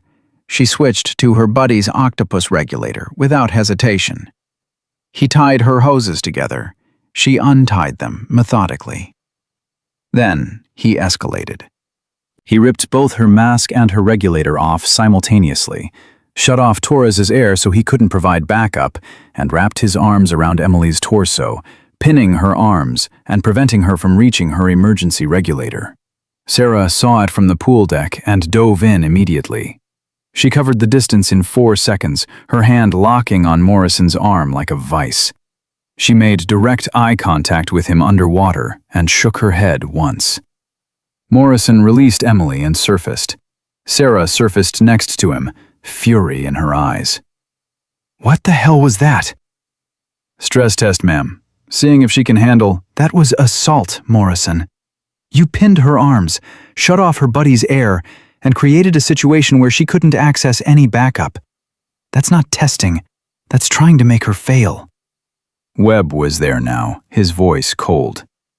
"Morrison, get out of the pool. Report to Captain Reeves' office immediately." Morrison's face went red. "Senior Chief, I was just—" "That's an order, Petty Officer. Move." Morrison hauled himself out of the pool and walked toward the administrative building, dripping water, his career potentially over. Sarah turned to Emily, who was treading water with her mask back in place, her breathing controlled despite what had just happened. "You okay, Jen?" "Yes, ma'am." That was not standard pool comp procedure. What Morrison did was wrong. Do you understand that? "Yes, ma'am." "Good. Get back to your training." Emily swam back to Torres, and they continued the drill like nothing had happened. Webb pulled Sarah aside. "Morrison's done. That was blatant sabotage. Captain Reeves will have him transferred within the week." "Good." "But you need to understand something, Lieutenant. This is going to happen again. Maybe not here, maybe not this class, but somewhere down the line, someone's going to try to break Emily Chen, or the next woman, or the one after that, because they can't accept that women belong here." Sarah watched Emily execute a perfect emergency ascent training evolution. "I know, Senior Chief, but every time they try and fail, it gets a little harder for the next person to justify trying. Eventually it stops being about proving women can do this, and starts being about just doing the job." "You really believe that?" "I have to, Senior Chief. Because if I don't, then my mother died for nothing, and I've wasted 4 years of my life fighting battles that don't matter." Webb nodded slowly. "Your mother would be proud of you, Lieutenant." "I hope so, Senior Chief. I really hope so." That night, Sarah found Emily Chen sitting alone outside the barracks, staring at the ocean. "Mind if I sit, Chen?" Emily stood and came to attention. "No, ma'am." "At ease. Sit down." Sarah settled onto the bench beside her. "You handled yourself well today." "Thank you, ma'am." "Your brother told me you wanted to be a SEAL since you were 10 years old. That true?" "Yes, ma'am. I watched James go through BUD/S, and I knew that's what I wanted to do." "Even knowing how hard it would be? Even knowing people like Morrison would try to break you?" Emily was quiet for a moment. "Ma'am, my brother told me what happened to you. The mud pit, the assessment, all of it. He said you got knocked down harder than anyone he'd ever seen, and you got back up anyway." She met Sarah's eyes. "If you can do that, I can handle Morrison." Sarah felt something warm spread through her chest. "Chen, I'm not going to lie to you. This is going to be the hardest thing you ever do. You're going to want to quit 100 times. You're going to hurt in ways you didn't know were possible. And yes, you're going to face people who don't want you to succeed. I know, ma'am. But if you make it through, if you earn that trident, you'll have done something that most people can't even imagine. You'll have proven that strength isn't about gender. It's about refusing to quit when every fiber of your being is screaming at you to ring that bell. Emily nodded. I'm not quitting, ma'am. Morrison can try whatever he wants. I'm not ringing that bell. Sarah smiled. Good. Because your brother's waiting to see you graduate. And I'd hate to disappoint him. Yes, ma'am. Sarah stood to leave, then stopped. Chen, one more thing. When you make it through BUD/S, not if, when, I want you to remember something. You're not just doing this for yourself. You're doing it for every woman who comes after you. You're proving it's possible. That matters more than you know. I won't let you down, Lieutenant. You already haven't, Chen. You already haven't. Emily Chen made it through Phase 2 with the second highest scores in her class. Sarah watched her graduate from the phase with 23 other candidates who'd survived the diving training, the pool comp, the emergency procedures, and every test the instructors had thrown at them. Torres, her swim buddy, graduated first in the class. The two of them had become inseparable, a team that functioned with the kind of trust that couldn't be taught, only earned through shared suffering. Morrison was gone, transferred to a supply depot in Guam with a formal letter of reprimand in his service record that would end any hope of advancement. Captain Reeves had made sure of that. But the real surprise came 3 days after Phase 2 graduation. Sarah was in her office reviewing training plans when her phone rang. The number was blocked. Lieutenant Mitchell? Sarah, it's Vincent Rourke. She nearly dropped the phone. 6 months had passed since their confrontation in his quarters. She'd assumed he was at the Pentagon, shuffling papers, serving out the remainder of his career in obscurity. Master Chief, I didn't expect to hear from you. I didn't expect a call. His voice was different, quieter. Something fundamental had changed in the man on the other end of the line. I'm not at the Pentagon. I resigned my commission 2 months ago. Took an early retirement. I see. I'm calling because I owe you an apology. A real one, not the half-assed excuse I gave you in my quarters. He paused. You were right about everything. About Emma, about me, about what I did to you. I spent the last 6 months in therapy, working through the guilt, the anger, all of it. And I realized that I destroyed my daughter by trying to make her into something she couldn't be.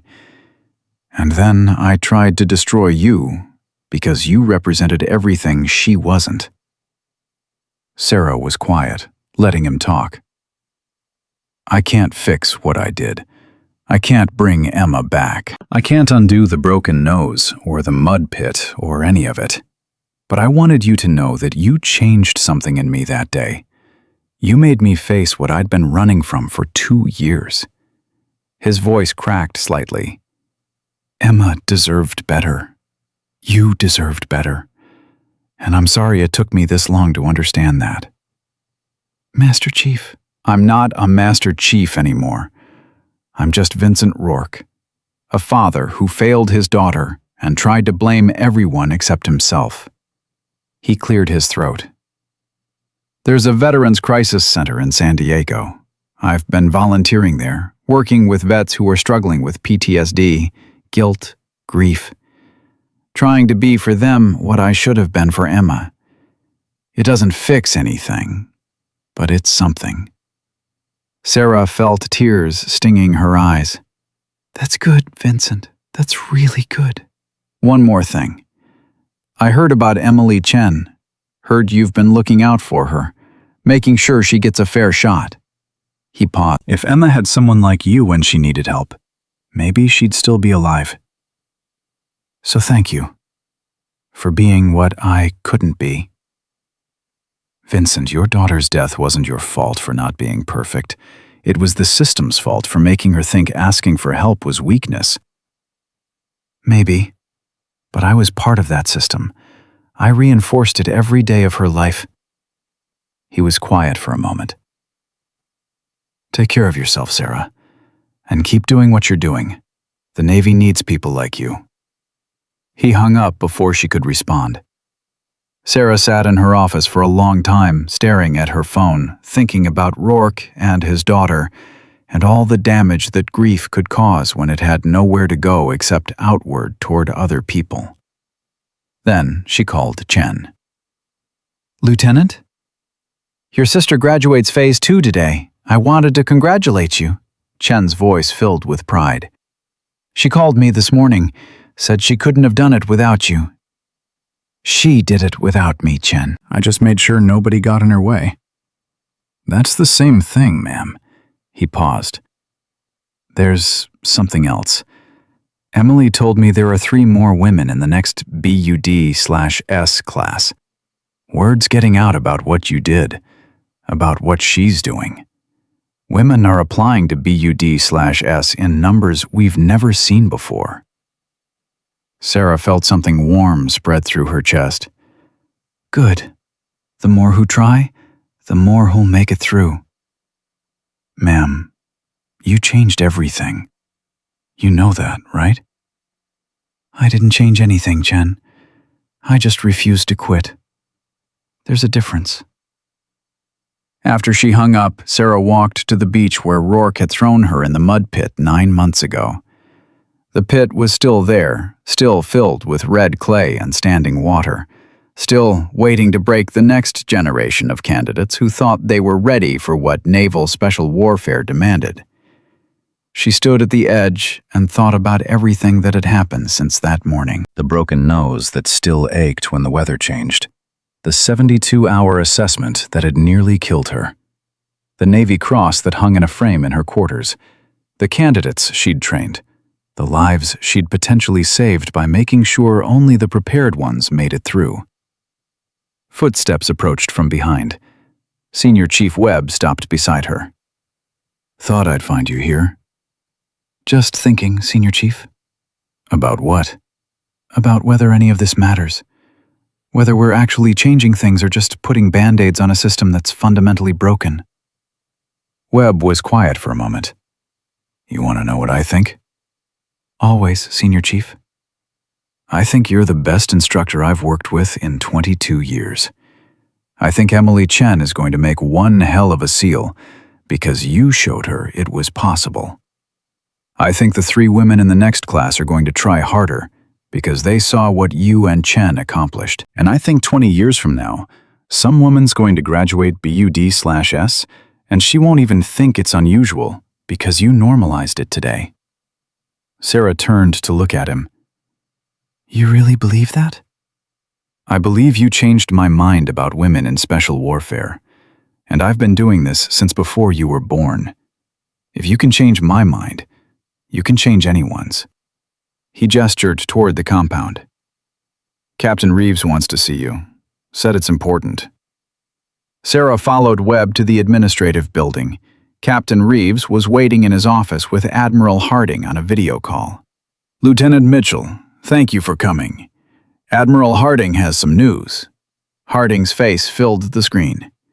Sarah, I'm calling to offer you a promotion and a new assignment. Commander Mitchell, if you accept. Sarah's breath caught. Sir? You've spent 9 months proving that women can not only succeed at BUD/S, but can excel as instructors. The CNO wants you at Naval Special Warfare Command Headquarters, working directly on integration policy. You'd be writing the doctrine that shapes how we train female SEALs for the next generation. It was everything she'd worked for, everything her mother would have wanted. A chance to influence policy at the highest levels, to build something that would outlast her service. But it was also a desk, a staff position, a role that would take her away from the beach, away from the candidates, away from the actual work of training the next generation. "Sir, can I have 24 hours to consider the offer?" Harding raised an eyebrow. "Most people would accept immediately, Commander." "I'm not most people, sir." "No, you're not. 24 hours. Call me with your decision." After the call ended, Sarah walked back to the beach. The sun was setting, painting the Pacific in shades of orange and gold. She pulled out her phone and called a number she'd only used once before. Mrs. Sen answered on the second ring. "Lieutenant Mitchell?" "Mrs. Chen, I need to ask you something. When Emily called you this morning, what did she say?" "She said Phase 3 starts Monday. Land warfare. She said it's going to be harder than Phase 2, but she's ready, because she knows you'll be there if she needs help." Sarah's throat tightened. "Mrs. Chen, what if I'm not there? What if I take a position that moves me away from BUD/S? Then Emily will be devastated. And so will every other woman who's coming to Coronado because they heard about you and believed they could do what you did." Mrs. Chen's voice was firm. "Lieutenant, you're not just an instructor to these women. You're proof. Proof that it's possible. Proof that someone will fight for them. Proof that they don't have to do this alone." "But I could do more good at the policy level. I could change the system instead of just working within it." "With respect, Lieutenant, the system doesn't need another policy wonk. It needs people on the ground, in the mud, showing these women that they belong here. Emily doesn't need someone writing memos at Naval Special Warfare Command. She needs someone standing on the beach, telling her to keep going when she wants to quit." After she hung up, Sarah sat on the beach and watched the waves crash against the shore. She thought about her mother, who had died protecting intelligence that saved thousands of lives, who had chosen field work over staff positions, operations over policy, the mud over the desk. She thought about Emily Chen, who was about to start the hardest phase of BUD/S training, who would face instructors who didn't want her there, and challenges that would break most men. She thought about the 3 women in the next class who were shipping to Coronado in 2 weeks, who had applied to BUD/S because they'd heard about a lieutenant who got thrown in the mud and got back up.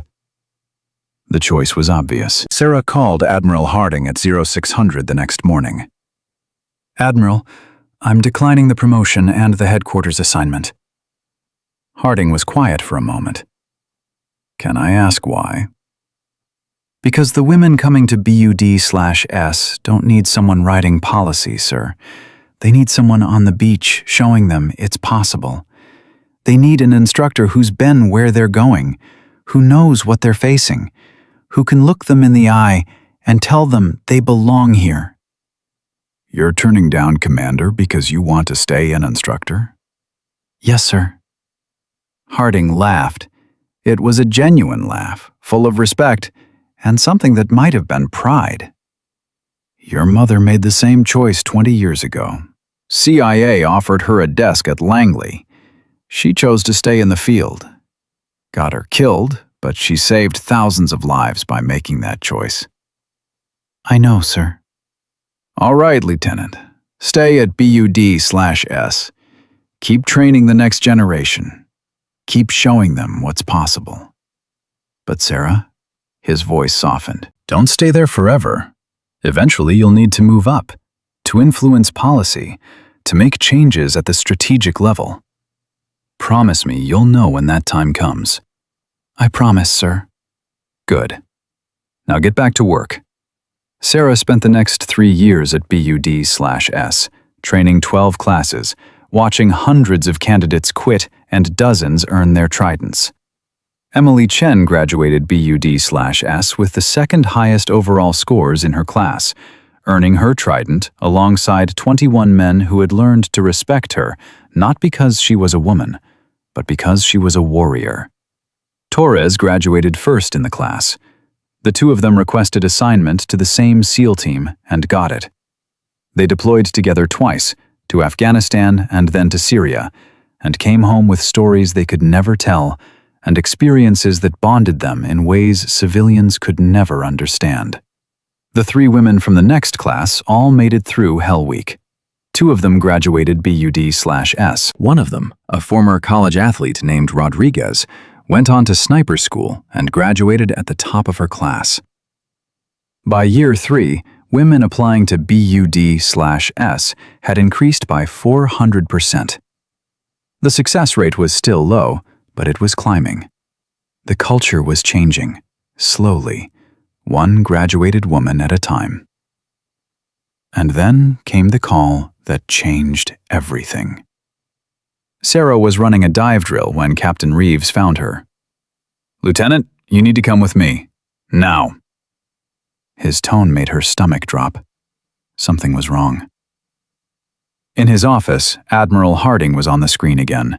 His face was grave. "Sarah, there's been an incident. SEAL Team 3 deployed to Syria. 4 casualties, including 2 women. One of them was Emily Chen." Sarah's world stopped. "Is she?" "She's alive.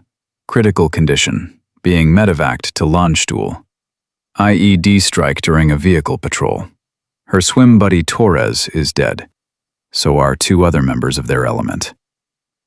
Sarah couldn't breathe, couldn't think, couldn't process what she was hearing. "Sarah, I need you to go to Germany. Emily's asking for you. Her family's flying in, but she specifically requested you be there when she wakes up from surgery." "What are her injuries, sir?" "Lost her right leg below the knee.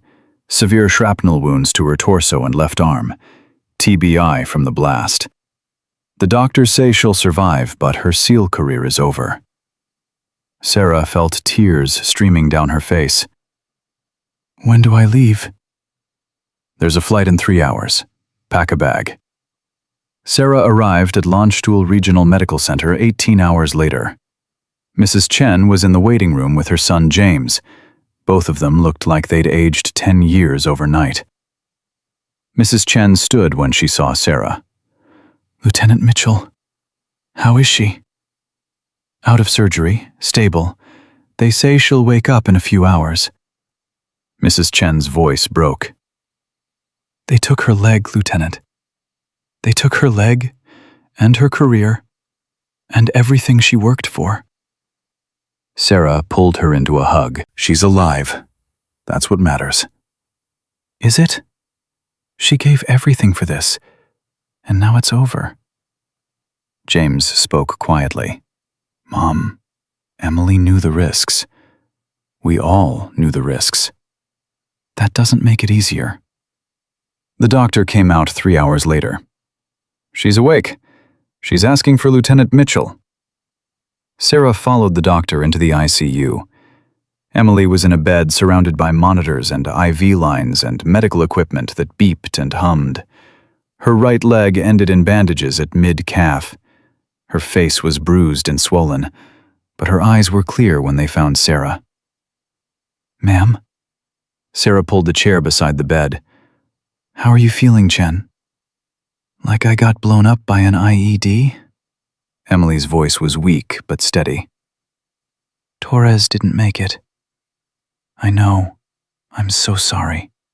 Tears streamed down Emily's face. "He saved my life.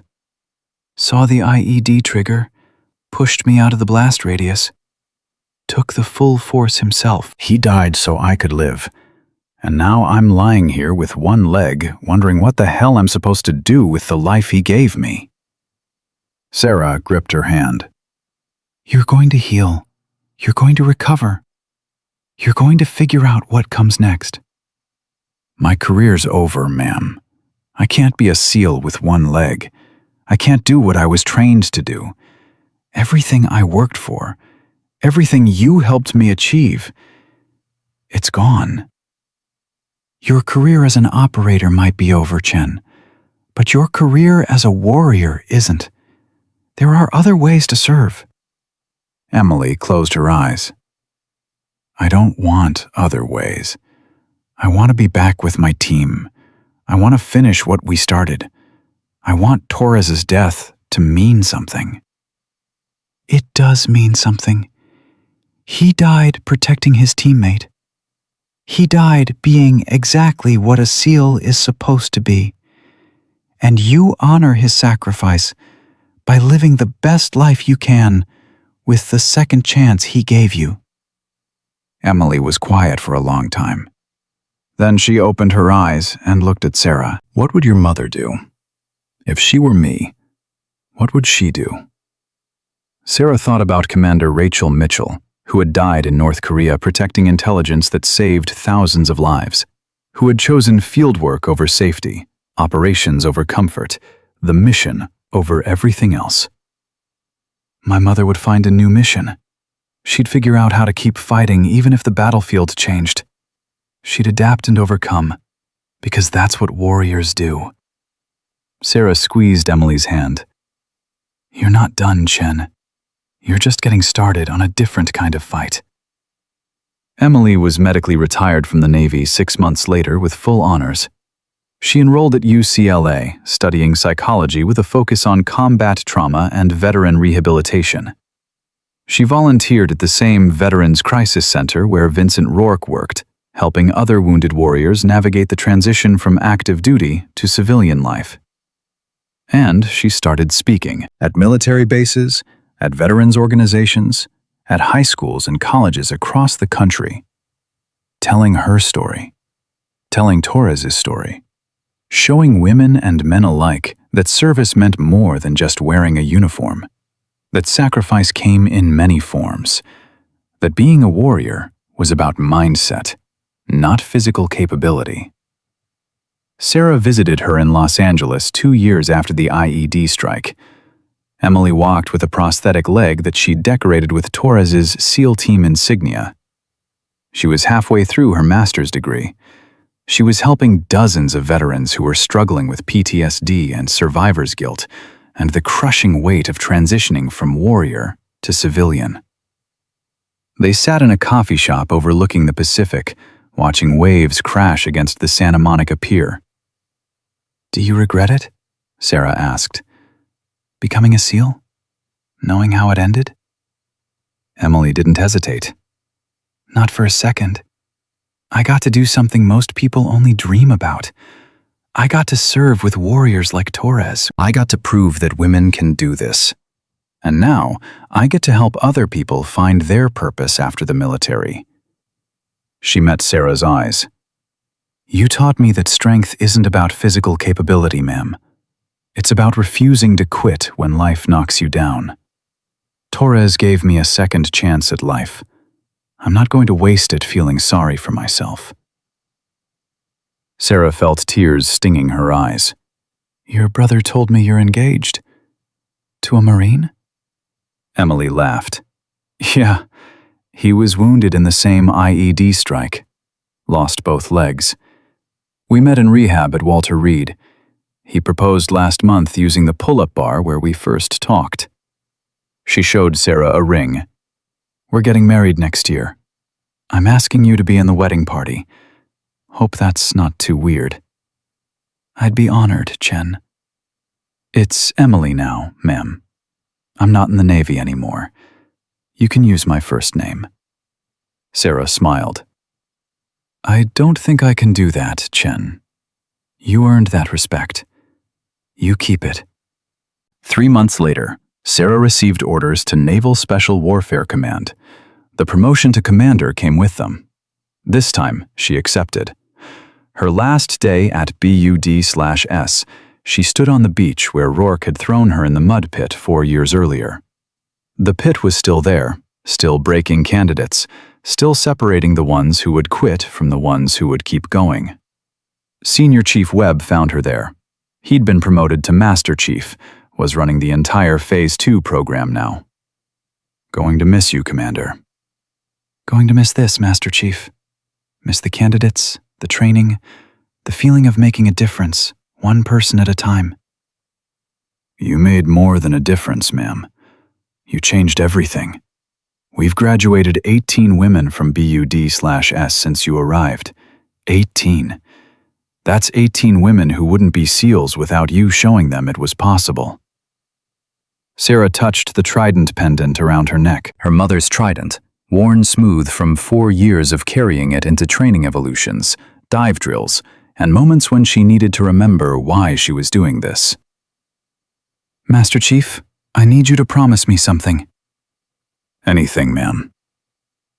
The next woman who gets thrown in a mud pit and told she doesn't belong, I need you to make sure someone's there to tell her to get back up. Someone who understands what she's facing and won't let her quit. You have my word, Commander. Sarah walked to her truck for the last time as a BUD/S instructor. Her phone buzzed with a text from Emily Chen. Heard about your promotion? Congratulations, ma'am. You're going to change policy the same way you changed lives. Make them remember. Sarah smiled and typed back. Always do, Chen. Always do. 5 years later, Commander Sarah Mitchell stood in the Pentagon briefing room, presenting the new Naval Special Warfare Integration Doctrine to a room full of admirals and senior officers. The doctrine she'd spent 5 years developing, refining, implementing. The doctrine that would shape how the Navy trained female SEALs for the next generation. In the back of the room sat Emily Chen, now Dr. Emily Chen, a licensed psychologist working for the Department of Defense on combat trauma and resilience programs. Beside her sat Master Chief Webb, retired now, but still consulted as an expert on SEAL training. And in the front row, wearing civilian clothes and looking older but somehow more at peace, sat Vincent Rourke. He'd written Sarah a letter 6 months earlier asking permission to attend her briefing, asking if she could forgive him enough to let him witness what she'd built from the ashes of what he'd tried to destroy. She'd written back with one word. Yes. Sarah finished her presentation and looked at the faces in the room. Men and women who held the future of naval special warfare in their hands. People who would decide whether the work she'd done, the lives she'd changed, the system she'd helped build, would survive beyond her tenure. The question isn't whether women can be SEALs, she said. The question is whether we're brave enough to let them prove it. The answer is in the data, in the combat records, in the 18 women who've graduated BUD/S, and the 6 who've deployed to combat zones.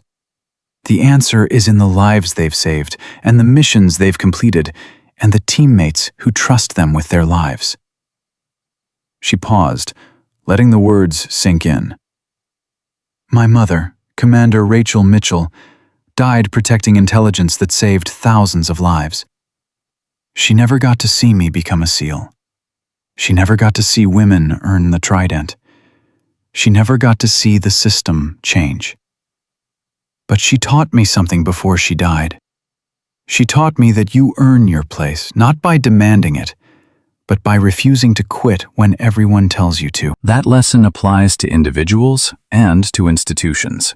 We earn our place as a military that serves all Americans by giving all Americans the chance to serve. That's not politics. That's justice. The room erupted in applause. Not everyone was clapping, but enough were. Enough to matter. Enough to change things. After the briefing, Rourke approached her carefully.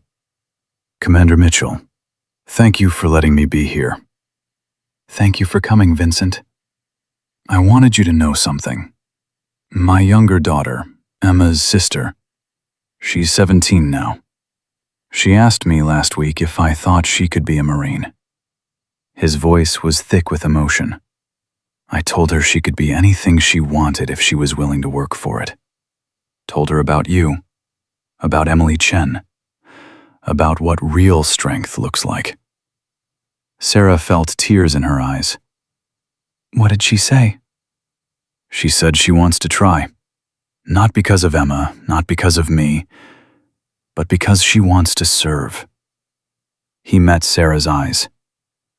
I failed, Emma, but maybe, if my youngest daughter succeeds, some part of Emma's story gets a better ending. Maybe the pain means something. It already means something, Vincent. You made it mean something by changing. Emily Chen joined them, walking smoothly on her prosthetic. Sir, Dr. Chen just told me the VA approved the new combat trauma protocols you helped develop. They're going nationwide next month. Rourke smiled. Good. Maybe we can save a few more Emmas before it's too late. That evening, Sarah stood at Arlington National Cemetery in front of her mother's grave. Commander Rachel Mitchell died in service to her country, awarded the Defense Intelligence Medal posthumously, beloved mother and warrior. Sarah knelt and placed her Navy Cross on the headstone beside her mother's medals. I did it, Mom. Changed the system. Made them remember. Earned my place, and made sure everyone else could earn theirs too. Her voice broke. Torres died protecting Emily Chen. Emily's changing lives now. Rourke's daughter might become a Marine because she saw what women can do. It's spreading, Mom. The change you died for is spreading. She touched the trident pendant one last time, then removed it from around her neck and placed it on the grave. You gave this to me to remember who I was. I'm leaving it here to remember who you were. The warrior who started this. The mother who taught me that quitting was never an option.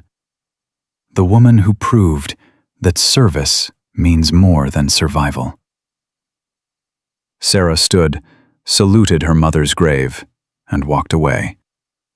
Behind her, the trident pendant caught the last rays of sunlight, two symbols intertwined. One for the mother who died protecting others, one for the daughter who lived, protecting the right of others to serve. The work wasn't finished. It would never be finished.